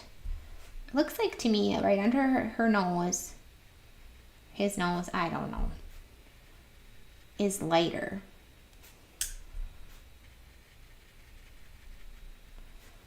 So maybe lifting a little bit would look really nice right there.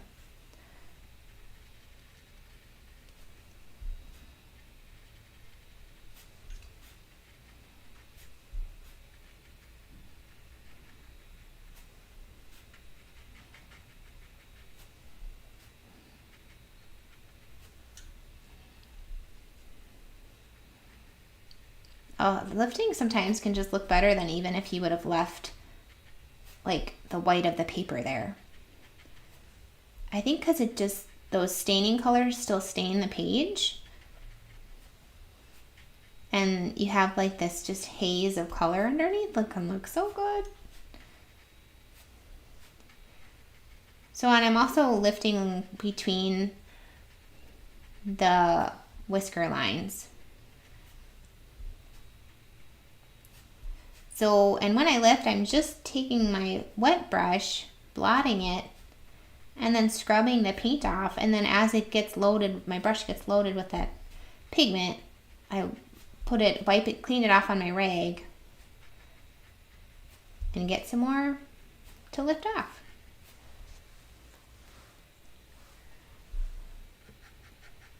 And let's see if you can lift a little bit on the other and the light side too. Oh, that looks really cool.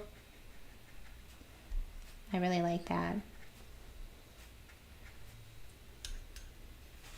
And I'm going to even lift in the nose right around, if I can, that line that they have in their nose, that cute little line.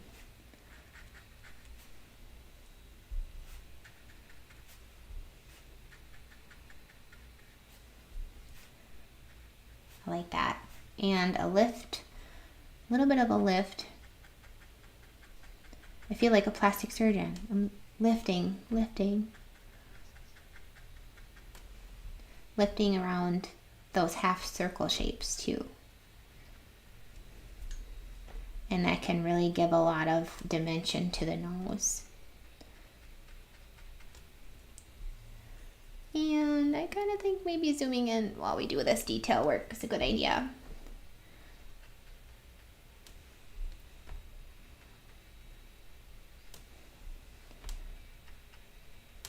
It'll look really cool too. Like right now, it still looks pretty messy. So it's these little details that are really gonna make the whole thing pop. So I'm gonna keep some neutral tint here on my round. Well, I have a lot. There we go. And I'm just making some of these really detailed hair shapes. And that's what is really gonna make this muzzle pop too.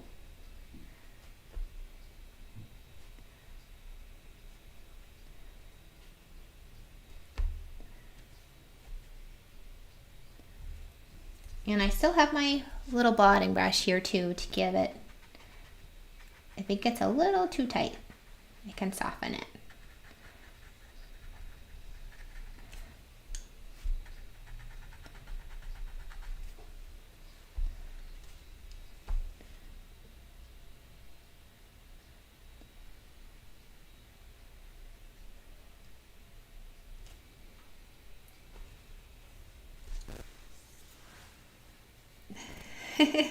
Thank you guys. This is so fun. Yes. I do love the tufts of fur on the top of her ears. Oh my gosh. It's such a Maine Coon thing. It's just like a wild cat characteristic. I used to get those cat fancy posters growing up. I had like my walls and my door were just plastered with the like centerfold pictures of the cat of the month. Oh my gosh. I tell you what. It's no wonder I have 4 cats right now. I just always been such a cat person. So it's really fun. I don't get as many cat commissions.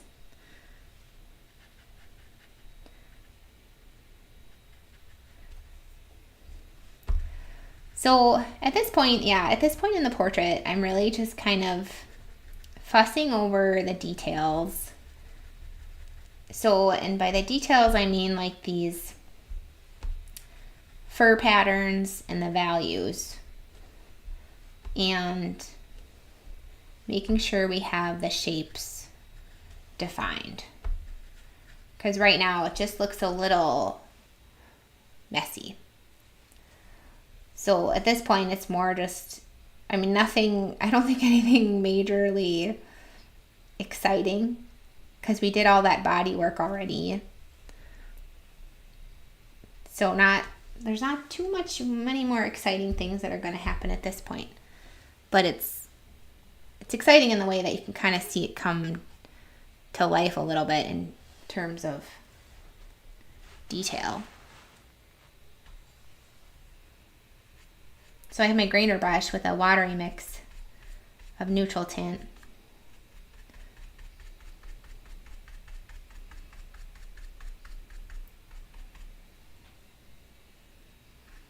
And I'm getting some of these hairy shapes figured out.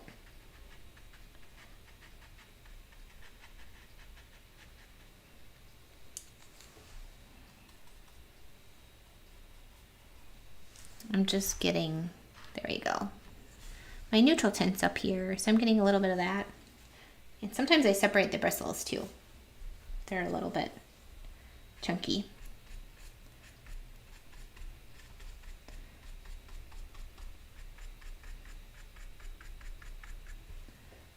I want a little bit of more of a watery mix. There we go. Just so I get a little bit of a lighter black, not just an intense black all the time.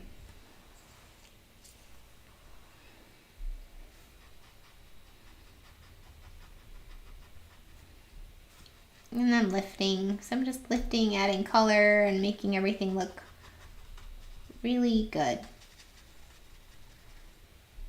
And it'll be fun to lift out those whiskers at the end.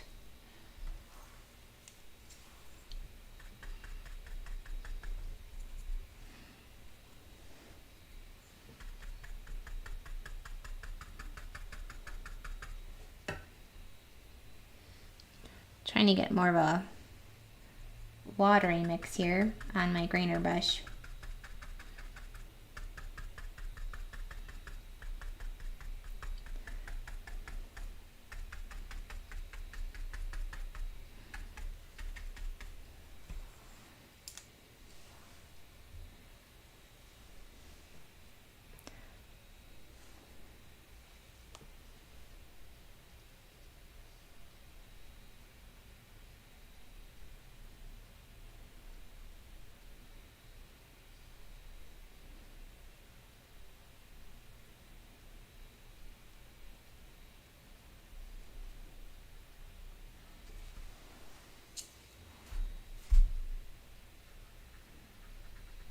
So I'm just putting some more,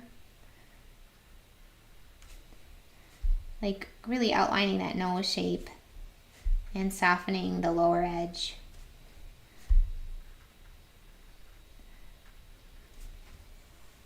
Just want it to be really obvious, that shape of the nose.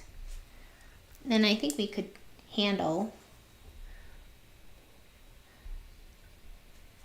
some more color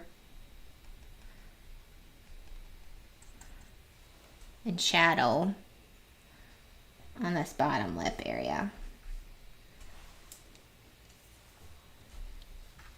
And softening that into the rest of the lip.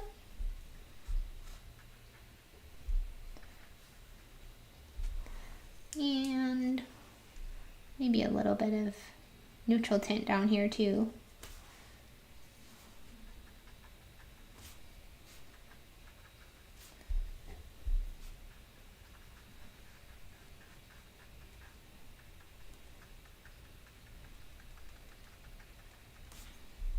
That looks really nice. That added a lot of dimension to her. Let's see, I have a lot of, well, let's just see.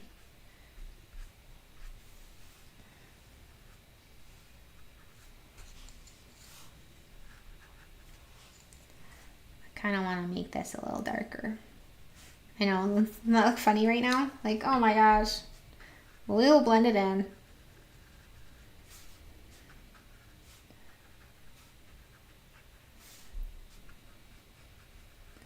And then that's on the light side too, so we really don't need too much over there. Cool. That looks good. Trying to get that. Let's see, this has, I'm gonna put some more neutral tint on there. Trying to think like where these little whiskery tufts are. I want to make sure I work around those. And then soften that into the white hair there.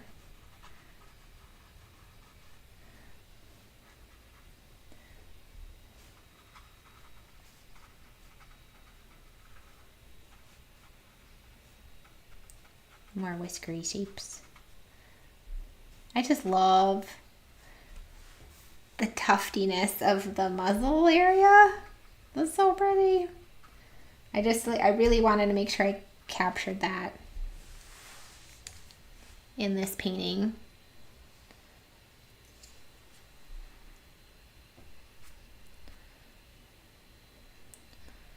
So I have more of a neutral tint on my brush now, so that when we're glazing these darker areas of fur, it shouldn't granulate quite as much.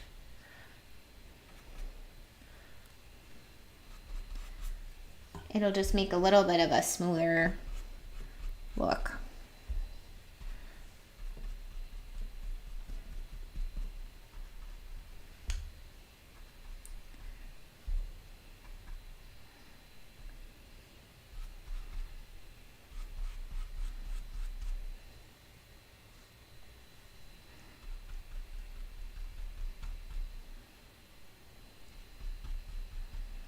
That's really pretty. I like how that's kind of smooth, like a smooth just shape of paint. So I'm going to put some more water in there and even make it a little bit more obvious that it's just like this painted shape instead of really texture-y fur pattern. And wouldn't it be cool too if some of this pigment settled in towards the edges? So I'm kind of even lifting it and allowing it to resettle.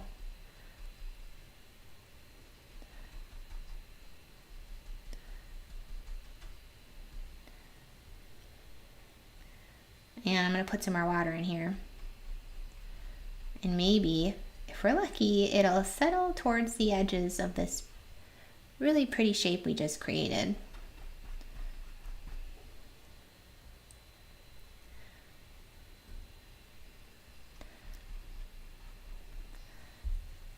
I'm going to go ahead and lift some of the pigment out too. I have to remember too, this is the light side of the painting. So it doesn't need to be screaming. We just need to suggest that she's got some darker fur right here. That's all we need to do. I have, thinking about while I'm just kind of hanging out here doing this shape, well, first of all, if you're still here, wouldn't it be fun to do a giveaway? So go ahead and just comment giveaway, and I will pick a random winner at the end. Okay, so starting now. And I have a couple fun things that I can give away. So it'll be a surprise, but I'll send you some goodies. So let's do that. And then the other thing too I wanted to talk about was we have our just 2 videos left this month. We have the betta fish, which funny enough is, thank you, Brazen. I probably said your name wrong.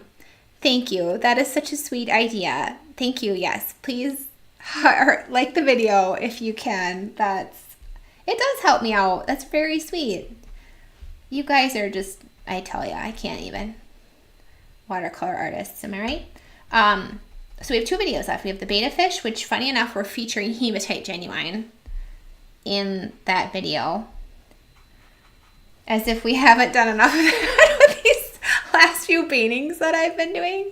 I can't get enough of this color. Thank you, Ashley Hawks.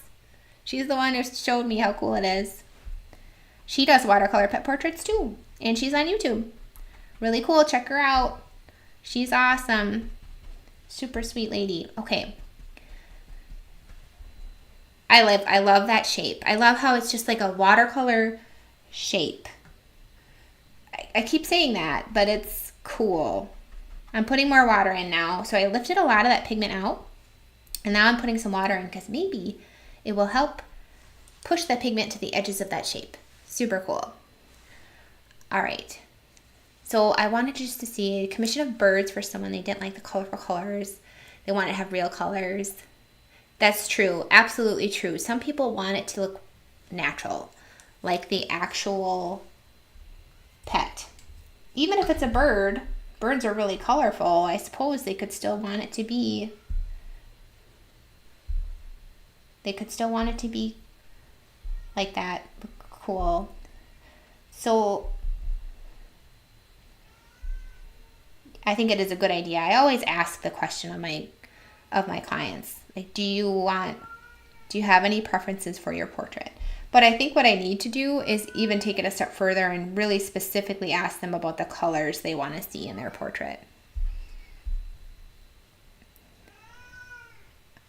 My kitties are angry again. How can I be in here so long without letting them in?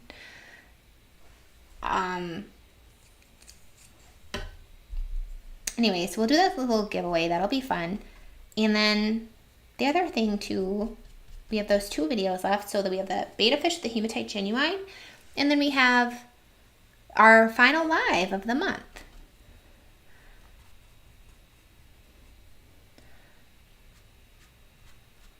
I'm coming in with my grainer brush and some neutral tint. The hardest thing with grainer brushes, I think, is to achieve a watery mix, but still have it distinguish those hairs on the brush. I don't know, we're gonna see if we can achieve that.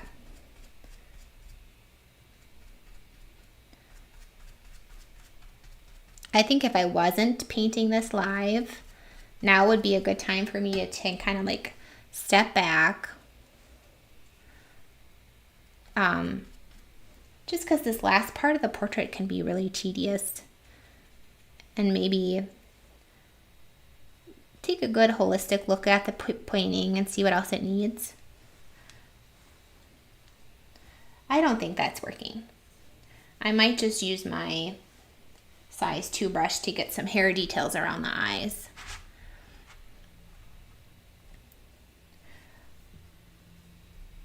If we can. So somebody's wondering if I've ever painted a parrot. I should, Margaret. I've taken some pictures. There's definitely a lot of pictures on Unsplash for birds, some really pretty birds, colorful birds. Maybe I will do that in April. I'm finalizing my April calendar kind of when I started talking about the videos that we have left. So we have just that live Q&A. I have a couple cool things for that Q&A. I got a lot of repeat questions this month in March. I thought, okay, this is obviously a question on everybody's mind. So if you got today's email about the cat, I updated my watercolor rescue guide. You all have that now. But I'm going to go over those questions during that Q&A on Thursday. I'll kind of demo that a little bit.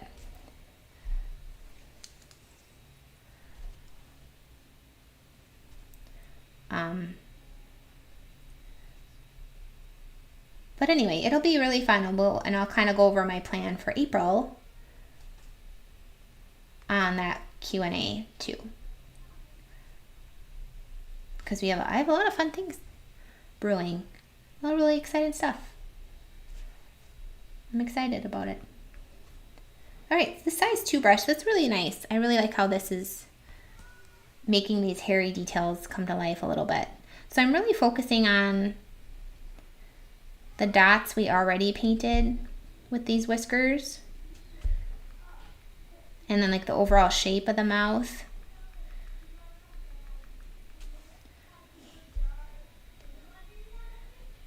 And when I pick up my neutral tint, it's usually a lot of neutral tint. So I try to lay it down in the areas that are darker. And then as that pigment gets deposited, I'll move to areas where I want more of a gray instead of a black.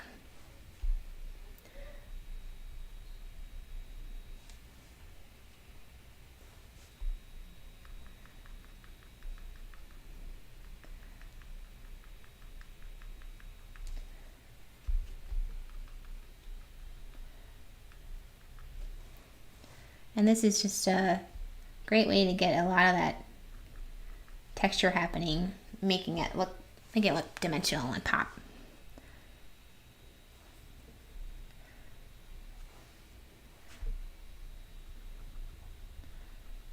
And I'm really focusing those hairy details on, like I said, the kind of the dots we already painted, because it doesn't need to go everywhere.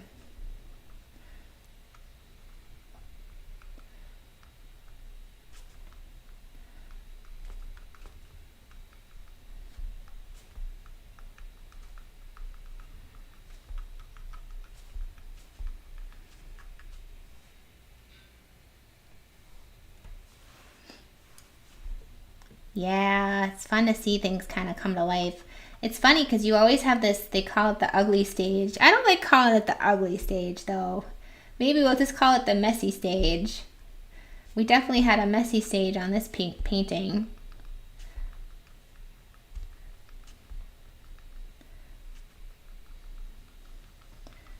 Maybe that's like life, right? We have our messy stages. It's all part of the fun. But I'm really focusing on like making sure that I leave white space where, especially where those tufts are coming out of the nose. And kind of painting around that. So we're kind of negative painting right now.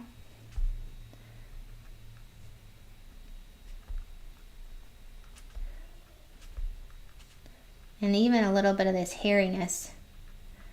This painting too would, if you are going to paint this or you are painting this with me right now, it could be helpful for you to even get another picture of a Maine Coon and see, get an up close of the details that you see in their face.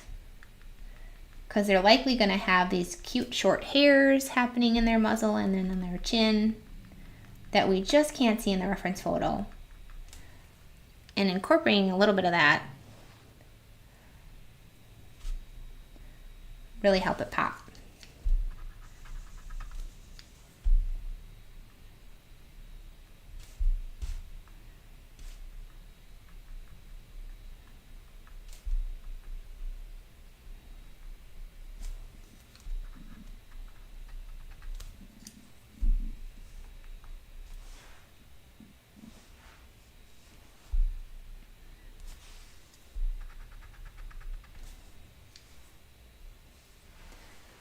Let's see, I got all these right here.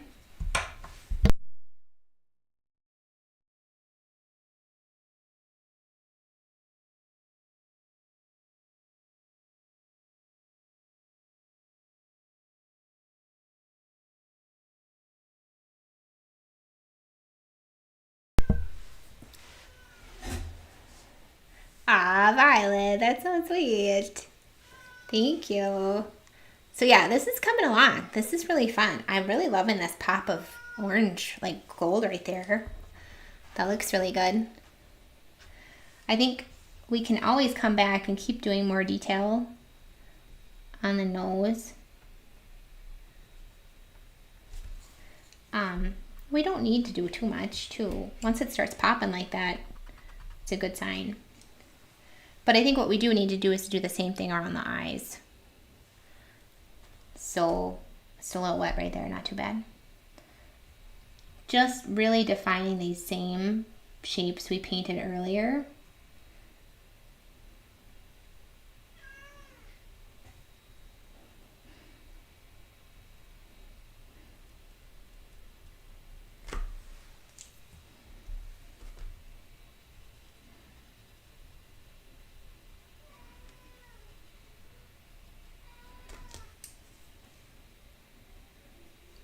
So I'm just kind of almost repainting those same shapes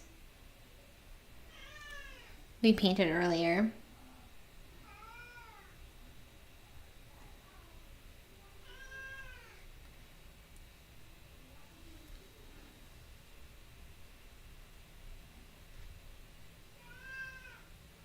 My little kitties. I think they want to go outside. They love going outside on the patio. And it's such a sunny day. They can look at the birds. I get it. I know. I'd want to go outside too.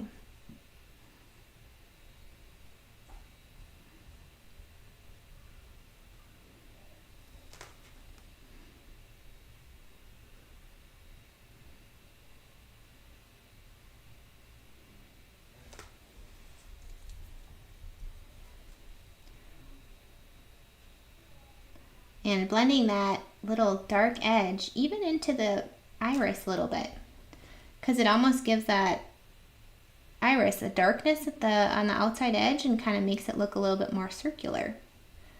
So that's what I'm doing now. I added those black lines back in, and I'm kind of softening it into that iris shape.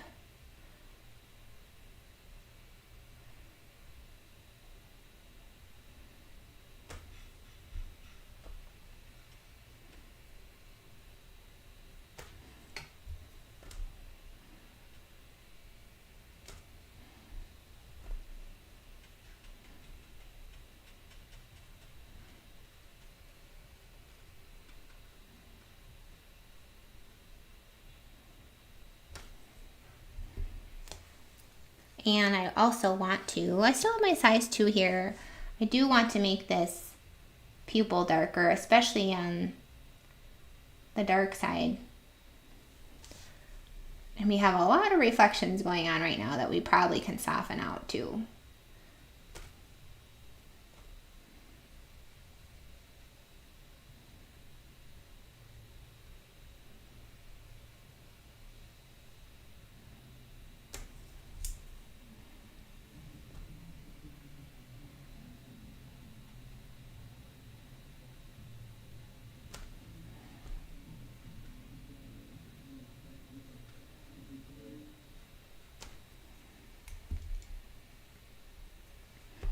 All right, I want to bring this color into the reflection here on this side. Soften it out a little bit.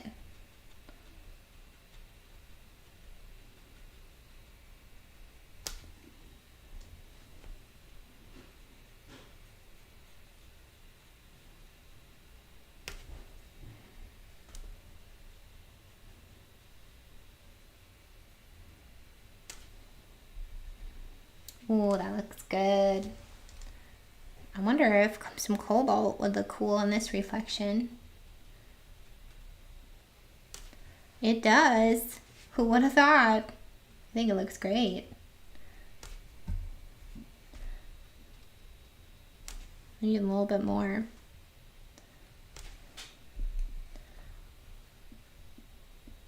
Not too much. I don't want it to like take all the attention away. Then I want to think about with the rest of this eye. I get panicky too though, Margaret. Like, I do. I think I just think I know at this point that most of the time it's just a stage in the painting that I need to refine if it's something's not like looking good. Or, you know, sometimes you get to the point too where you're like, oh, I'm gonna have to redo this painting. Luckily, that doesn't happen very often. But I definitely learned that when I was painting those 11 by 14s.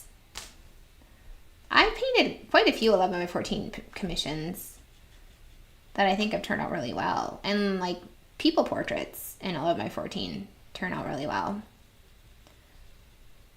But I don't know, sometimes it just doesn't, I just can't, it just happens sometimes and it doesn't always work out. I think she's got some hairy edges right here. I need a little more water.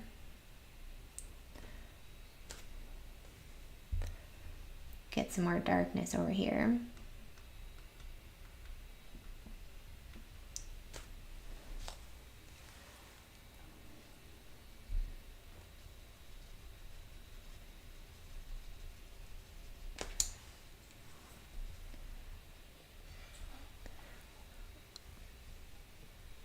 And sometimes I just repaint these little shapes that I see, paint like over them.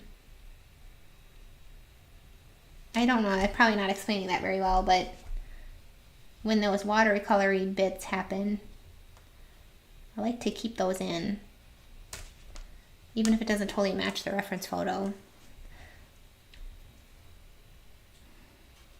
And lifting this out a little bit too would look nice.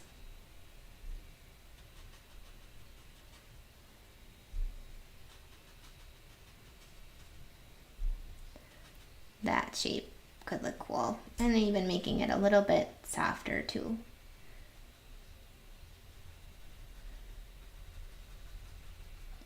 So just kind of picking up the pigment that's already there, softening things out a little bit.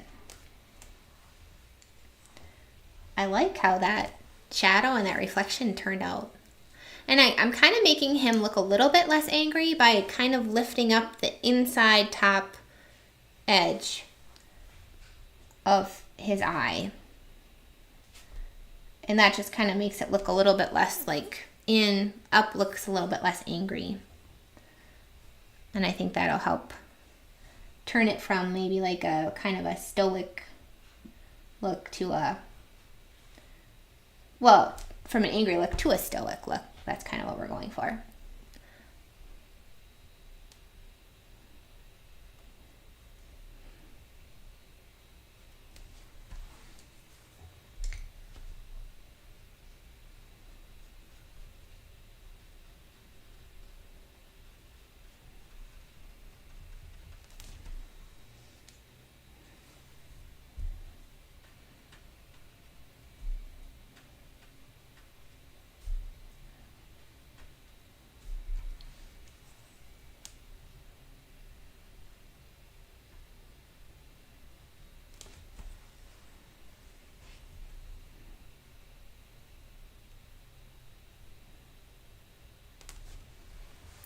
Happy about that. Even just the difference now, which is adding that extra layer between the two eyes, you can really see the depth of it. Really cool. It's really nice. Yes. So this is so fun. This is fun. I haven't even read.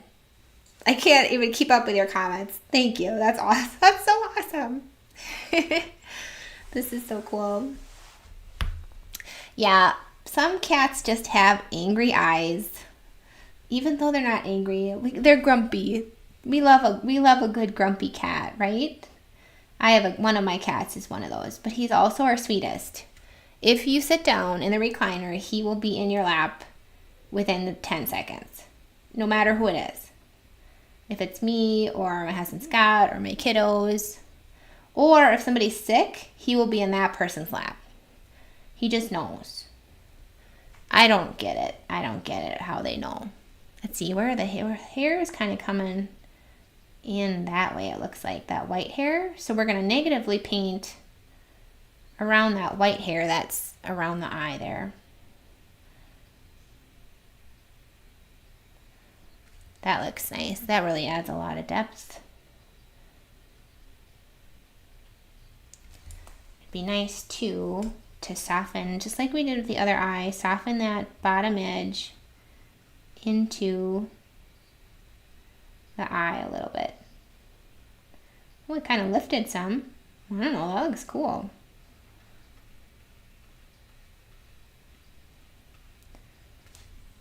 That looks cool. I like that a lot. Looks good when it's not completely controlled either. This pupil is a lot darker than that other one was, so I don't have to do as much over here. I'm going to just soften that in a tiny bit into the blue of the pupil there. And darken, grab a little ultramarine. I'm going to just darken up the top of that shadow shape. I like that little lifted line that happened. Oh, now I have ultramarine on my smoothing brush. Okay, cleaning that off.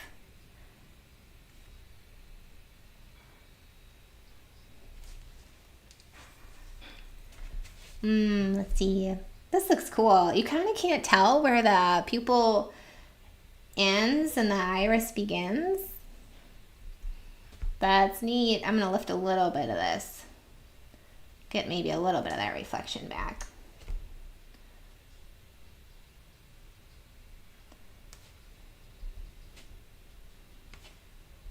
I kind of wanted that to happen over here too. Let's see if we can achieve that. I'm going to do some ultramarine.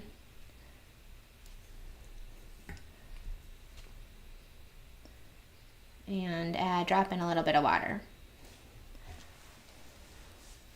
I think that looks pretty cool. A little ultramarine. Oh, I don't have any more. Let's grab some more.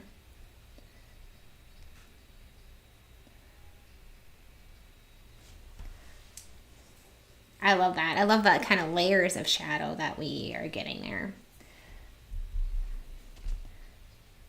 And I'm still just babysitting this eye too, just a little bit. Not a ton, it's drying pretty fast.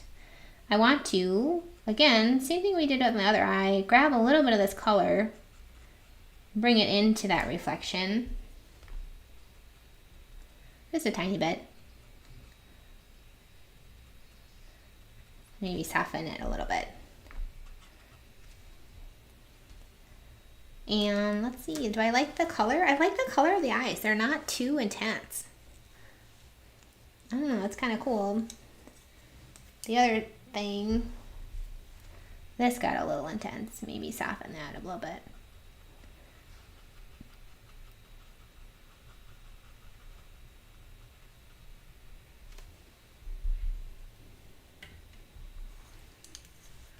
Fun, super fun.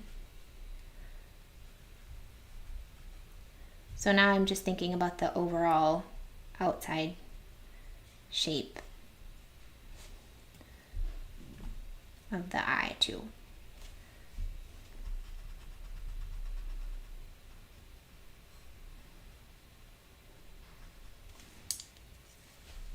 And this should be a lot darker because this is kind of part of the eye here. Should go in, do that.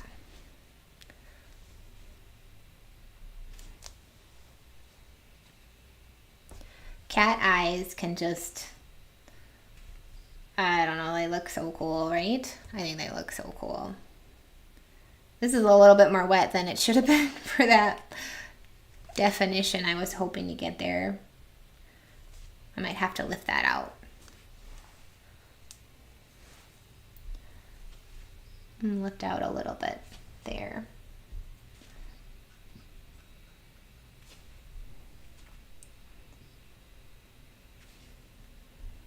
That looks cool. And then I just kind of want to soften this shape too.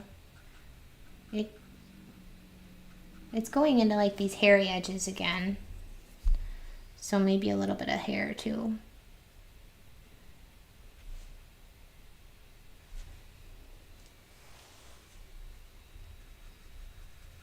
And then I'm kind of just pulling some color too. Softening a little bit. It's all part of the process. It's just important to get these eye shapes to really pop. All right. Sometimes I see things and I'm like, oh, we got to do that right now. So I'm going to unzoom a little bit. Take some yellow. And let's make some of these areas pop a little bit. So I'm put some yellow over here. So I'm really focusing on the light side with this yellow color. It's turning into our highlight color, as azo yellow often does for me. Just making some of these areas pop a little bit more. I am in need of a second of a brush to be my softening brush here. Now the thing that I'm kind of running into as I'm glazing with this color is that it looks a little hair green next to the hematite. I'm wondering if we take some quinacridone, if that helps. Does that work enough? Or do I need to go with my Savior pink color? I think maybe what we could do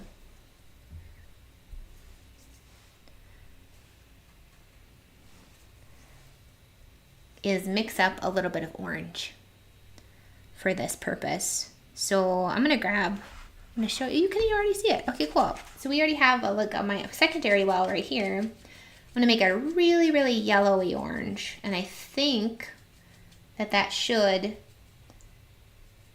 prevent us from getting kind of that green undertone.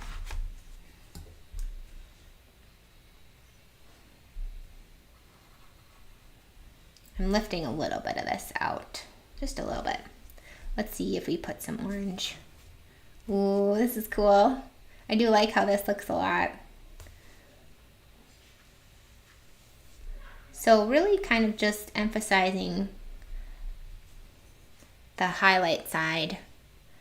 I like to glaze around the eye. Can you see? Okay, you can still see where I'm getting that color. Because where you put the glazing is where your eye is going to go to. So you got to think about that. And the other thing we could do is really get that yellow. There we go. I want it to be a very yellow orange.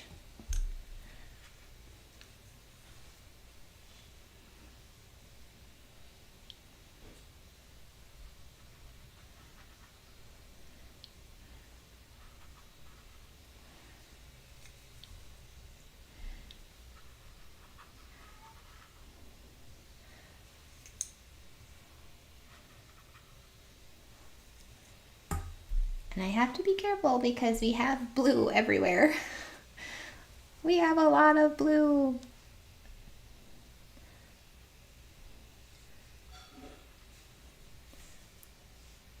I love how these can like layer though. And make these, see that needs a little bit more pink right next to the black there. But you can get these layers, and you look at how it did push that pigment to the edge. It worked. Dropping in color and pushing that pigment to the edge. Really, really, really pretty. Where else do we want to put this without going too crazy? We put some here. I think it would look kind of nice to put a little bit, make it more yellow than that.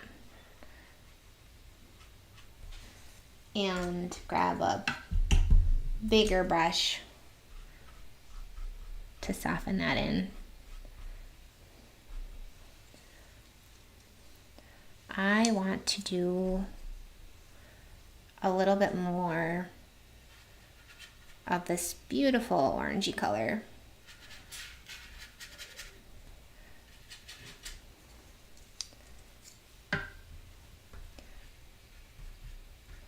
Just kind of glazing it. I'm going to take my bigger brush to glaze now for some of these areas.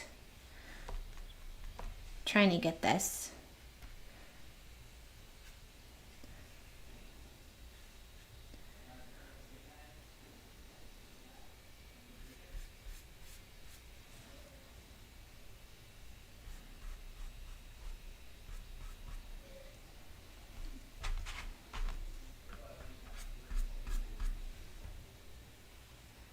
What are we thinking?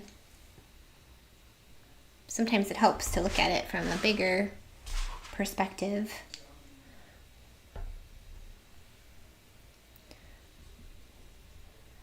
All right. A little bit more glaze.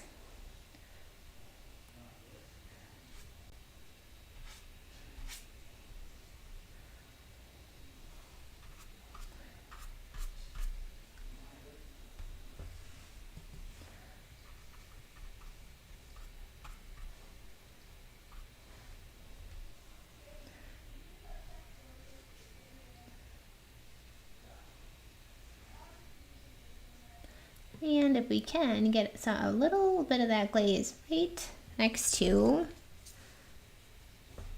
the eye, could look really cool. I want it to be really yellowy.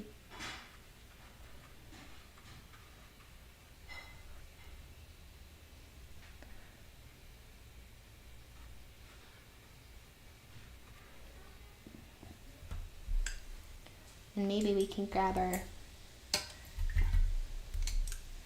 size 2 and make some little hairy edges with that glaze too.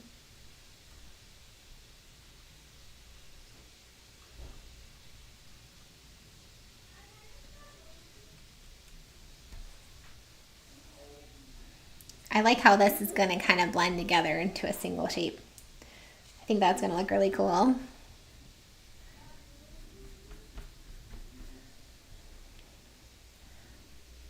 All right. Okay. I'm really happy with it. I'm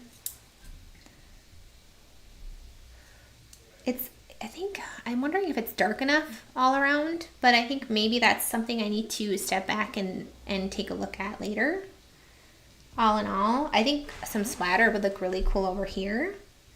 So that's something I'm confident doing right away. So let's move on and do that. I'm going to do neutral tint. I'm going to go like black over here. I think that would look cool.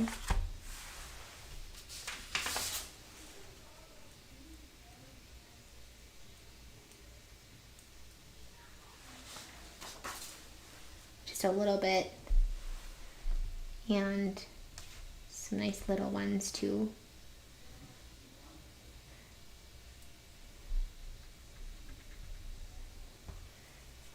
And the other thing, I wanted to get maybe some thinner. Those are pretty thick dots. Let's see if we can get some thinner splatter happening.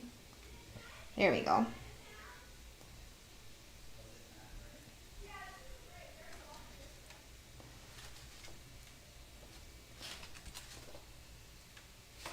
I like that. That looks cool.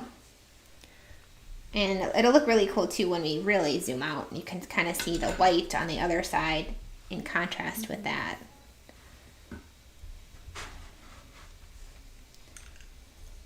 I have something on here. I think it's buff titanium.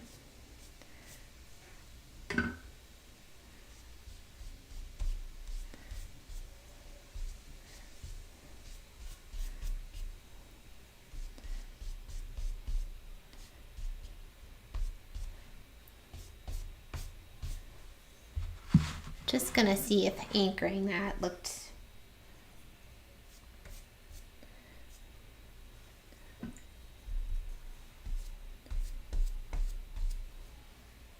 It's a very fluffy cat, isn't it?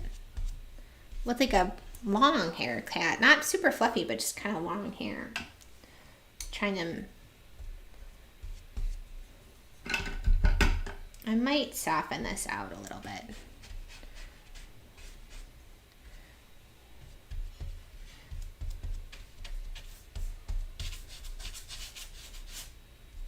Yeah, that looks kind of cool. It'd be kind of neat even to get like a really watery splatter over here. Like a super watery kind of.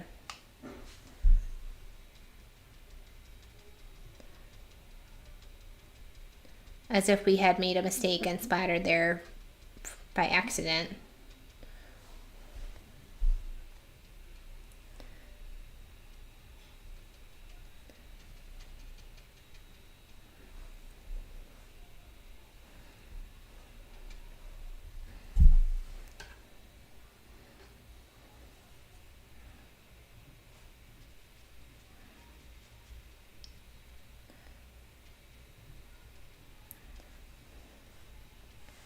Okay, it all makes sense in the end.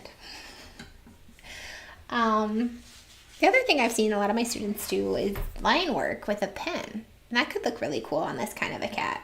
I want to give it a minute before I do much more. But the other thing we have to do too is the whiskers. So I don't know if I'm ready to unmask those whiskers. But for the most part, we're done, right? And we could sign it.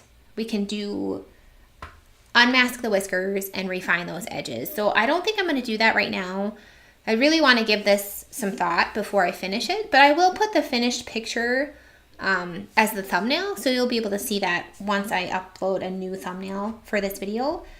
But really all that we have left is just removing that masking and refining those edges. So I would do the same thing after I take the masking off and just use a blotted brush to lift the pigment around the masking and soften it. So very simple thing, and I'm sure a lot of you have already done that before.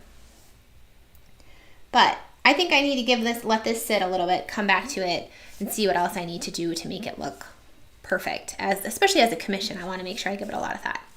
So I am done for now, for at least for this live video. You know what I'm going to do off camera. It won't be too exciting at this point. We've done so much. Ton of fun.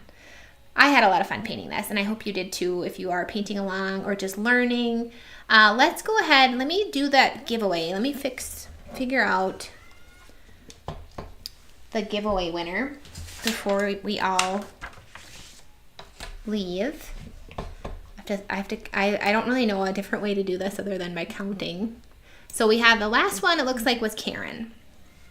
So I'll start counting them from Karen up. So we have 1, 2, 3, 4, 5 at Michelle. Then we have 6, 7, 8, 9 at the Purple Heart, 10, 11, 12, 13, 14, 15, 16, 17, 18, 19.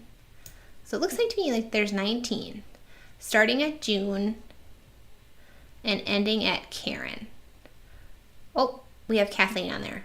So 19, so 20, 21. So ending at K, 21 total giveaway entrants. So I'm going to go ahead and see if I can show you my random number generator here. Oh, you can see it. Look at that. I think I had 21. We're going to go with 21, guys. And we'll start counting from the top. Yep, Kate was 21. Okay. So let's generate 15. So let's see. We'll start at the top and see who number 15 is. And the giveaways started right there with June. So we have 1, 2, 3, 4, 5, 6, 7, 8, 9, 10, 11, 12, 13, 14. Where is that one? 15. Looks like it was Michelle Oatman was 15. If I counted that right. I hope I did. I hope sometimes it's nice to like do it live and walk you through how I'm doing it to show you that it's just random. So we'll go with Michelle Oatman being the giveaway winner. And I will put my email address in the chat box, Michelle, so you can just email me your mailing address.